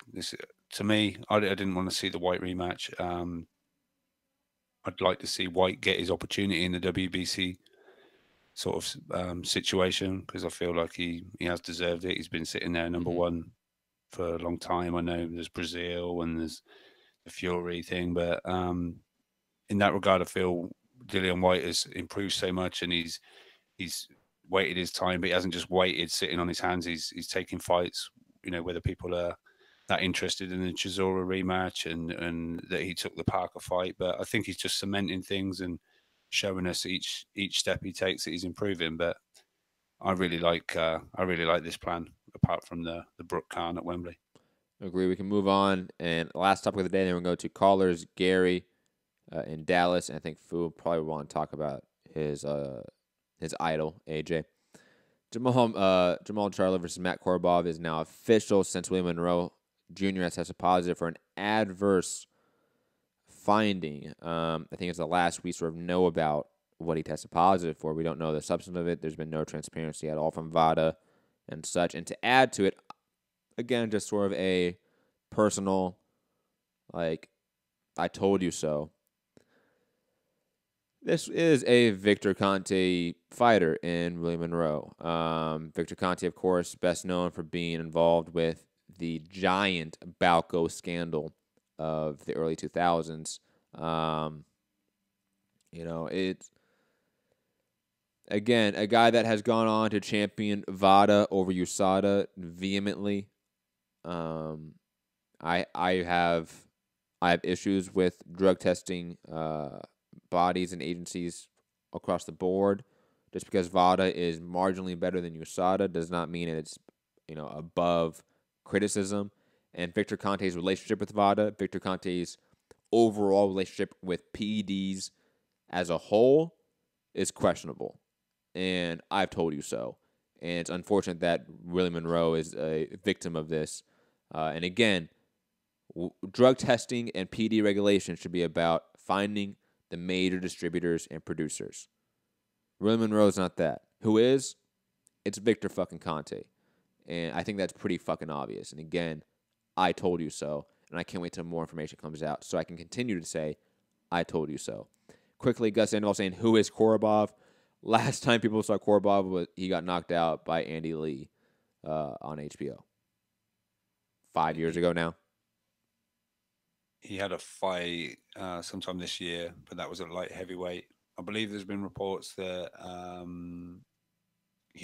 wasn't he gonna be on the undercard anyway of the Charlo fight? Yes. I think. Yes, that's why it was an easy sort of replacement fight for Charlo.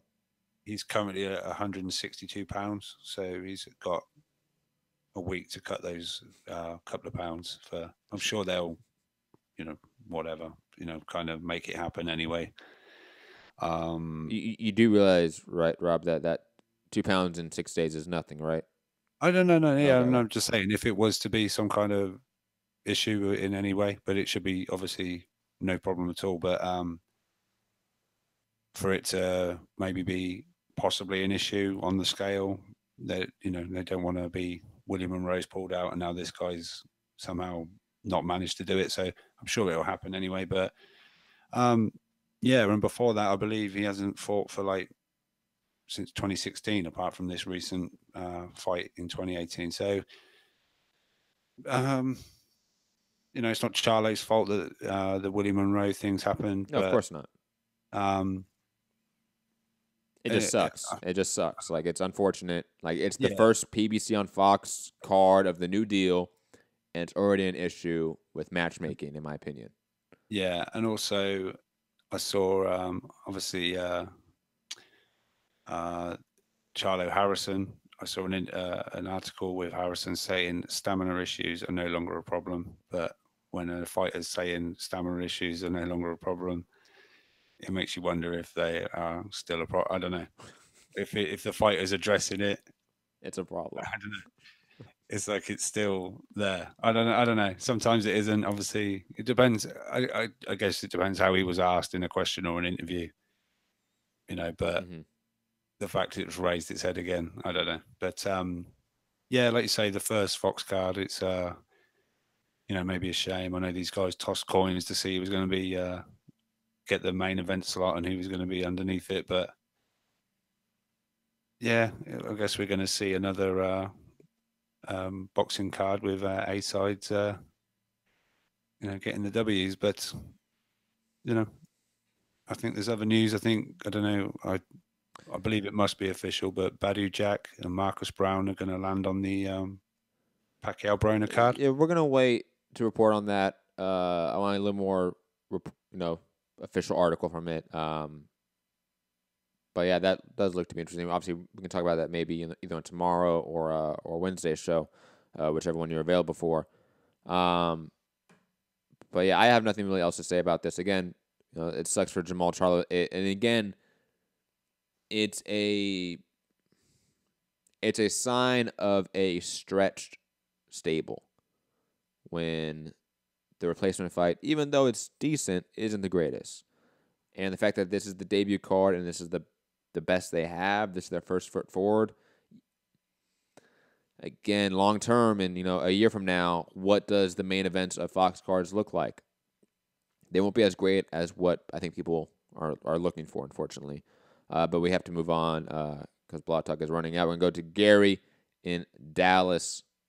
I assume wants to big up Gilberto Ramirez, me being wrong about David Lemieux, all that great stuff. Gary, how you doing? Well, David Lemieux didn't lose. True. So you weren't wrong.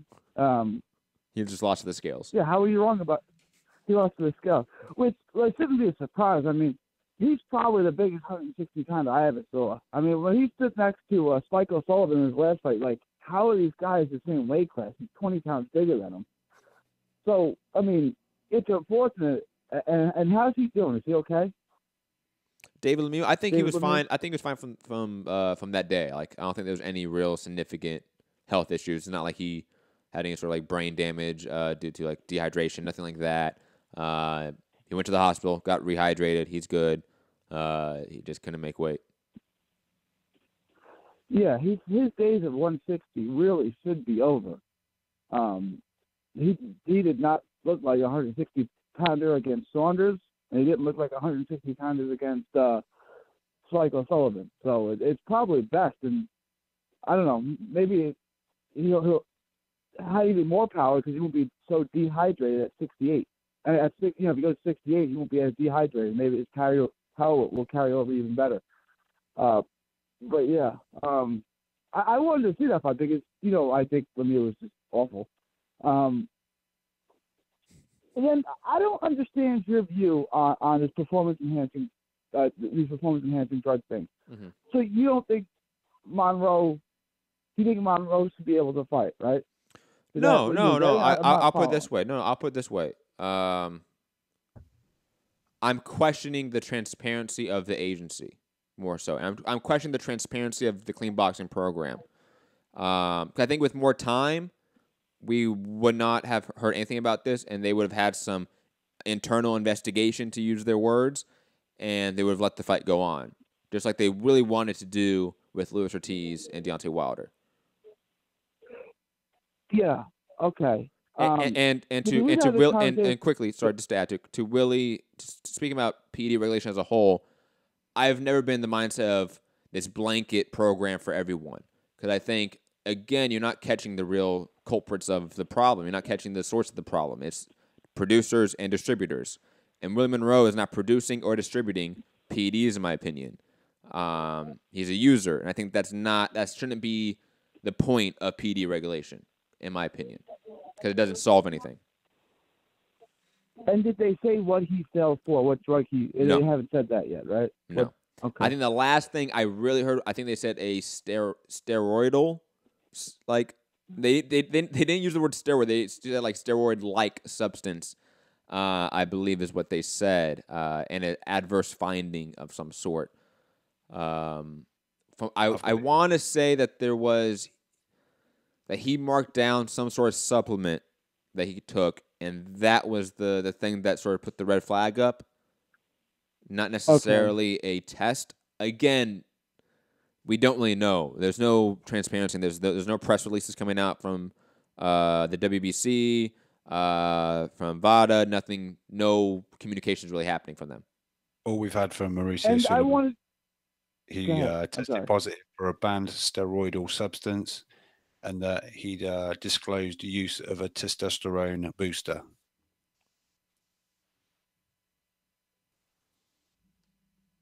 Okay. Testosterone booster. Yeah, so I'm not trying to sound funny, but can't you get a doctor's note for that and take it legally? You know what I'm saying? Like, that seems like something you should be able to get around. Well, it's... You know? I don't know. Gary, I know you don't follow MMA as much, but this has been an issue in MMA because of supplement contamination. The supplement industry is not really FDA regulated. So there's been a lot of studies showing that what you can get at GNC down the block, your local vitamin shop, a lot of that is contaminated with substances or chemicals that are on the ban list for athletes. And that could be an issue where, Willie Monroe has been taking the substance for a while and it's never been an issue, but now it is because now he's fighting under the clean boxing program. That substance triggers something in their program and it's a red flag now and they have to do an investigation. And again, it could be a substance he got from obviously Victor Conte and the snack system, because I think all of those fighters only take snack products. Right. So we don't know yet. Until more information happens, it's hard to really have a concrete opinion about this yet. But I wanted to bring something up that I don't know if it has really been brought to the attention of most people. Both Charlo brothers missed their mandatory VADA testing around Thanksgiving time. They were, when the WPC did the mandatory testing for the clean testing program, both Charlos missed their test. So, and I thought that was a major problem. I thought it would just be like refusing to take a breathalyzer, like you just be treated as guilty if you don't take, like, if you tell your PL that you're not coming in today to take your drug test, how are they going to treat you? Well, quickly, it wasn't a mandatory test. It was a random test. There's a difference. Mandatory test would be mandatory test. Quickly. Yeah. Mandatory test would be he's at the venue. It's fight week, and they know I'm getting tested at this time before the fight and this time after that. Those are mandatory tests. Random is he shows up to your house, your gym, whatever it may be that you wrote down on your WADA profile page, so to speak, right? At the same time as those random tests, he was in New York, I believe, or D.C. for the press conference for PBC on Fox. But you're to notify of any movements. You 100% are. But to act like that is the same as usage, it just is not. Especially when there is a legit excuse. It's not like he hid under the boxing ring. It's not like he hid in his room. He was in front of cameras. He was doing media for the network. Yeah, it's potentially just. Okay, so he did an hour worth of media, and he can't take a drug test in a 24-hour period. But Gary, you misunderstand. No, Gary, you misunderstand. Yeah. You misunderstand, Gary. His tester came in Houston to find him at his gym or his home. He's in New York. Okay. It's not like he said, no, I'm not going to take the test. Okay, the tester was in a different fucking place than him. Okay, it just seems like that's like, it seems to me that the WBC would know that he was going to be at this PBC event because there were tons of WBC Of course, but the WBC is not the one dictating when these random tests are. They dictate how much money is appropriated to VADA to test for a fight. That is it. VADA then uses that money to determine when these random tests are and who they are being conducted to. But it's the WBC clean testing program. It's the WBC testing. But WBC is not testing people. Do you understand that? The WBC is not the one testing people. It's a third-party agency. Right, no, I get that, but the WBC And the part of it being random, the aspect of it being random is that days are not known. That the WBC doesn't know when these fighters are getting tested. Because then there is a conflict of interest there, is it not? You want there to be a barrier between this third-party agency and the WBC. Do you not? Whoa. Maybe I do. Do I? I don't know. Do I? Why do I need a third party to do the testing? Well, I'm not. Gary. Yeah. You mean the WBC, the same sanctioning body that makes money off these fighters, doesn't have a monetary incentive to hide tests, to suppress tests, to not test fighters that make them money? Like, you don't understand that concept? Well, I mean, okay, so the MLB, the NFL, they all test their players for steroids, and that's in essence the sanctioning body. I mean, but they don't follow the WADA code. They don't even follow the WADA code. You know that, right? Okay, you know way more on the subject than I do. So again, those are collective bargaining agreements with the NBA and NFL. It's different, right? Like, the players came in and said, "This is the testing protocol we will accept," and the NFL has to accept that. Okay, I don't know if they license out testing or not. I don't know who they test with. I don't know that, but it's different. For this, there is a monetary incentive for a promoter, for a sanctioning body to suppress tests. They've done it before. Mayweather in the TUE, Eric Morales with USADA. Like, there are tons of examples of suppressed testing. So there should be more barriers between the testing agency and the sanctioning body that is licensing them out. Absolutely.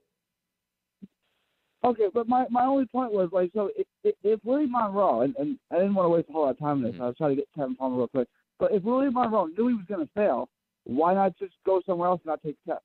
I don't think he knew. I don't think he knew he was going to fail. That seems really. These professional athletes who make a ton of money don't know what they put in their body. That seems weird. Like, I could be wrong. But right? Gary, but look who he's with. He's with Victor Conte in the snack system. So Conte knows exactly what he's giving people. You know what I'm saying? Anyone knows what I'm giving. That's my point, you know what I'm saying? Gary. I hope you understand. That's my point. I don't think you're really understanding here. Willie Monroe is a victim of, again, allegedly, what I allege is a continued systemic doping program by Victor Conte. And Willie Monroe may or may not be aware of that. And let's be honest, even if he is aware of it, and again, huge if, I don't think he is. If he is aware of it, wouldn't you trust Victor Conte to, like, give you the good shit where you don't get caught? Right? So, sure. Yeah. Again, Victor Conte being a part of Willie Monroe is exactly the issue at hand. That's the issue we should be talking about, is why Victor Conte should still be allowed around sports at all. But how do you ban him, right? I mean, like, he's not in his corner, right? He's not like when Trevor Ariza was in Alex Ariza was in Manny Pacquiao's corner. I mean, how can you can't go near him? I mean, it's still kind of America. I can go near who I want. You know what I'm saying? But how do you ban him from basically giving products to people? I would assume there must be some analog we can look at. I there's not one off the top of my head of a sporting manager, some sort of, person within the sport being banned for life or being, like, ostracized in a way. I don't think it should be that hard. Like, the WBC said, hey, look, snack fighters are no longer allowed in our sanctioning body. That is, in effect, a ban. And I would accept that. Okay. Yeah, I can agree with that. And then real quick, Kevin Palmer. That's what I want to get at. Kevin Palmer.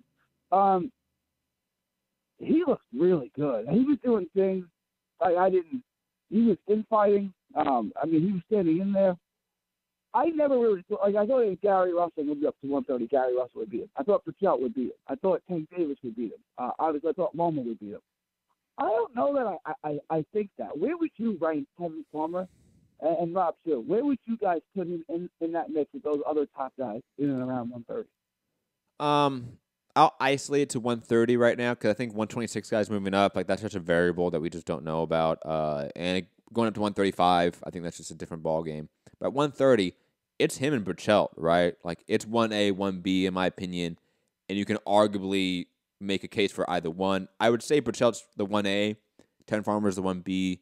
Burchelt's win over Francisco Vargas, I think, just still means too much in my opinion than whatever Tevin Farmer has done in the division. He just doesn't have that name on his resume yet. But technique-wise, skill-wise, it's those two guys. And then you have a wide gap to whatever Gervonta Davis is doing right now. And then Alberto Machado is right around there as well. And that's about it. Too, yeah. So you just disregard Tank Davis at 130.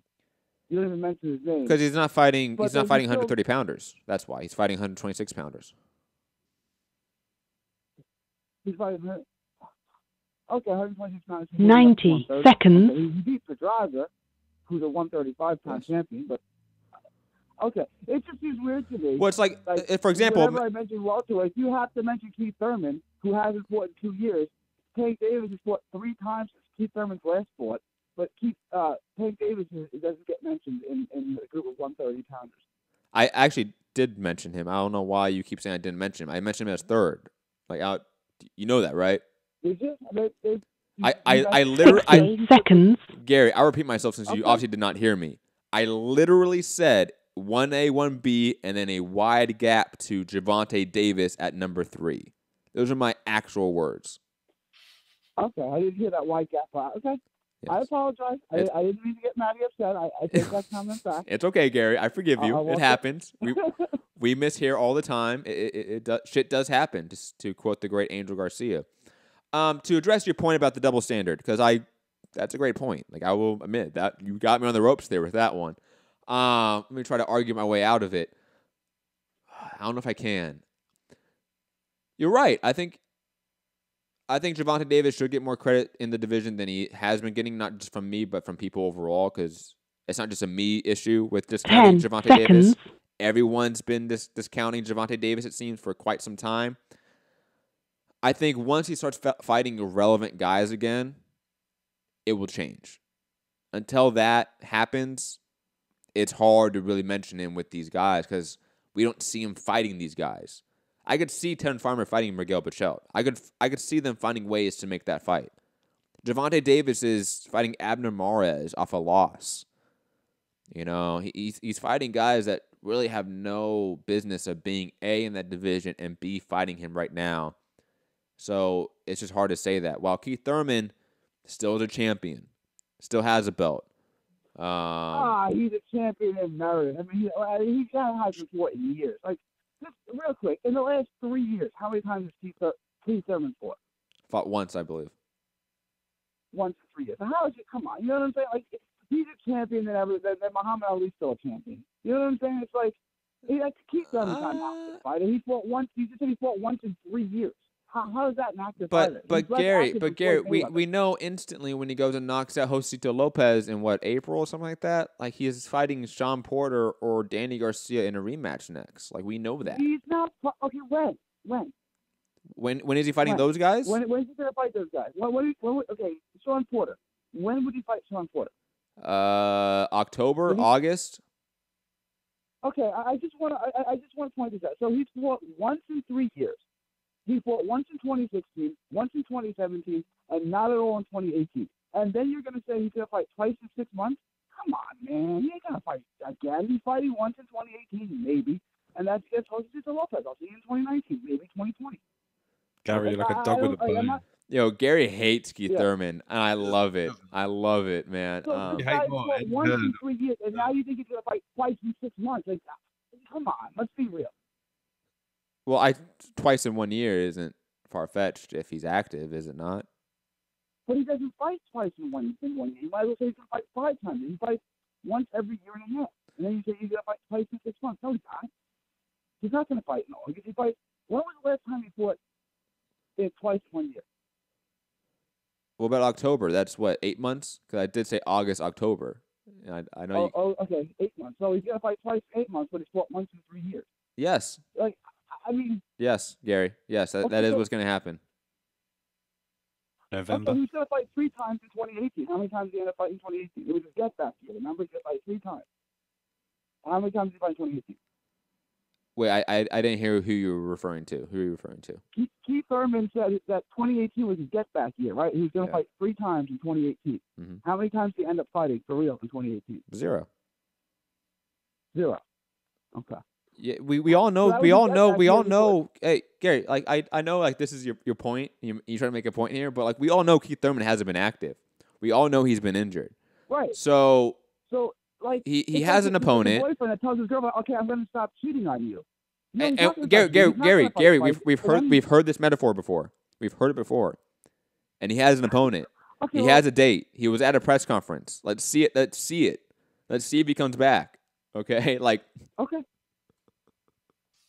Let's see if he comes back and then turns around and fights again in a year, which is something he hasn't done since, like 2014? Fight twice in a year? I mean, I don't think he's going to fight January 26th. I really don't think he's going to fight twice this year. Okay. But we will see. I don't even know. How did we get on the Keith Thurman thing? I don't even know how we got I think you mentioned it. I think it you mentioned it. You called in. That's what happened. The Keith Thurman hate just comes from you. What was that? The Keith Thurman hate just flows from you, Gary. It's just there all the time. It really does. I never liked him. Like, I was never a Thurman fan, but I wasn't a hater either until he just stopped fighting altogether. Like I rooted against him and everybody. I rooted for Porter, I rooted for Garcia, but like I didn't have a problem with Keith Thurman. You know, I don't know what it is. You just well, Gary, we know what it is. You're from Dallas. I like Terrence Crawford. I'm a Crawford fan. Yeah, but Crawford. You know what I'm saying? But see, here's the thing. When Earl Spence was on the come up, it was always gonna the thought was Spence Thurman, right? So as long as Spence has been relevant, he's always been talked about with Thurman. For Crawford, that wasn't the case. We had the Crawford reign at 135. That was a isolated reign that was separate from 147. So we've fans have been able to sort of been accustomed to Terrence Crawford, have gotten to know Terrence Crawford, devoided of the 147-pounders and that whole mess. Earl Spence has always been tied with that. That's why it's a little bit of a difference, probably. Maybe. I mean, maybe. I guess there's got to be some reason why I dislike Keith Thurman as much as I do. I mean, I can't stand Keith Thurman. And then I really wanted to talk about, I wanted Rob's take on Tevin Farmer, too. Where do you think he ranks up with the... I put Loma in the mix, too. Because I know Matt doesn't think Loma can fight at 130 or whatever, or won't fight at 130, but I still consider Loma at 130. So Loma, Tank, Burchell, and Tevin. Like, where would you put Tevin with those guys? I think we got to put Loma at the top, but I think it would be a real fun fight, him and Tevin and Loma. I think that'd be quite an interesting fight to watch. I think Tevin can actually take quite a good shot. And then I think it'd be just a battle of the skills in that fight. But yeah, I think Loma at the top, and then Burchell and Farmer. I see them kind of on an even playing field. I think that would be a fun fight as well. So yeah, I really rate him. I just felt he's on this crest of a wave at the moment, and that maybe he just took this final fight of the year a little bit for granted. And but like I say, I didn't want to take anything away from Fonseca because I think he's pretty durable and pretty game. So I think it wasn't it in the Davis fight, wasn't it? The knockout was a little bit suspect, didn't he? Yeah, it was weird. Back of the head. Yeah. Yeah, he hit him in the back of the head, and then he didn't get up. It didn't seem like he was all that hurt, but you never know. But Fonseca was doing pretty well. It was a kind of evenish fight at that point. Yeah. And then on not Wilder, AJ with Big Baby. I'm not saying I take Big Baby to win. I just think at 315 pounds, and he's fairly athletic and can throw a lot of punches, he's going to be a major problem for anyone. Do you think that that cherry picking's gone wrong for AJ, or what kind of threat do you think Big Baby poses to Joshua? I think if Big Baby proves he can take a shot, he's going to be a problem for anyone. If he can take a heavy blow from a big hitter like a Joshua or a Wilder, it's going to take something to keep somebody, that, like you say, 300 odd pounds to keep him off of him, because he's active. He throws a bunch of punches. He's got a great engine. I personally would pick Joshua to win, but like I say, if he can take a shot, that's a problem for anybody, I think. And Matt, what do you think? Do you think Villa would at least present problems? Now, I'm not asking you to pick, but would you think he would at least present problems for AJ? Yes, of course. I think Big Baby's size and his volume and his pressure gives issues to everyone in the division. I've always been not high on Big Baby, but I've always been highly respectful of what he does, like his effectiveness in the ring. It may not be pretty to watch at times, but it's 100% effective. Yeah, no, I agree. I think he's going to be a problem for anyone. I would lean towards Joshua. I would pick Joshua, but if you think you're going to showcase Joshua and he's going to have an easy night, and you're going to pick him apart, I don't see that happening. That problem. 315-pound heavyweight with that kind of pressure is a problem for anyone. Like, that's just how I see it. But that's all I got today. Well, thank you, Gary, for the call. Always appreciate it. We're going to be heading out of here. Long show today. I feel like they keep getting longer, man. They keep getting longer. And unfortunately, we have to keep them around this 2-hour mark, mainly due to Blog Talk being so fucking expensive. So if you want us to get to longer shows where we can have 3-hour shows with callers, go to patreon.com/Mixed Combat Radio. Go support the show financially. $1 a month helps. $3 a month helps. Doesn't matter. You all get the same content. Gary, remind me to message you, or I'm reminding you right now, Gary, if you're listening. Send me your email, or not send me your email. Send me your address and your size for the shirt, because I still owe you a shirt. God, that pissed me off. But anyways, digressing from that. Interesting week. It's a week of beginnings. It's a week of endings for a lot of ways for combat sports, with the UFC on Fox era ending, the DAZN and Golden Boy and Canelo era beginning. Weird dichotomy in combat sports right now. And plus, the fights were interesting. I'm not going to say they were great. The Gilberto Ramirez Jesse Hart fight was really fun, but a lot of bland action throughout. Kind of a weird weekend for a Canelo Alvarez fight week. And obviously, AJ in the news, Wilder in the news, Fury in the news constantly. Every channel that's a boxing channel is going to be updating you that as well constantly. Jermall Charlo facing Matt Korobov. Not surprising with him being on the card and him being a former 160-pounder. And shout out to Victor Conte. Yeah, you keep fucking over the system. We see you. By Matt the Hipster Hunter. You can find me at Matt Hunter. MCR app, all platforms. Smash the like button, share the show, subscribe. Rob, Rick, where can they find you? Since leaving a certain channel, I've changed my name and I can't remember what I know, it pisses me off because I think it's a bad name. We need to talk about that. Yeah, I'll sort it out. But yeah, don't worry about it for now. But you said about beginnings and endings. Hopefully that's the end of Mauricio Herrera and Saddam Ali. Damn. And beginning for Braulio Rodriguez. Yes, the great Braulio. Yes, shout out. The Dominican Nightmare. Yeah, the Dominican Nightmare. The only one. None of these pretenders. But we're chipping away with these subscribers. We want to get to that, hit that 1,000 just to get us going. So we're chipping away. 2 or 3 here, 2 or 3 there. But we really need that kick, and then you wonderful people can hit that super chat and help us out in that way as well. So we appreciate everybody. Seeing some nice messages dotted around the internet. So it's good to have the support. Thanks for tuning in, and I'll catch you on the next one. And we will be back tomorrow with a MMA only show, bright and early. Sorry, me. I will be the one doing it. 10 a.m. Pacific time, so that's 1 p.m. Eastern, and that would be 6 p.m. UK time, I believe. Hashtag quick maths. And so we're going to cover UFC on Fox 31, all the UFC and MMA news of the day tomorrow morning. Rob, obviously, depending on the news tomorrow, we might do a 1 p.m. boxing show. Keep an eye out on my Twitter account or MCR's Twitter account for the information. I'll be back tomorrow. Have a great day, and happy Mondays. Peace.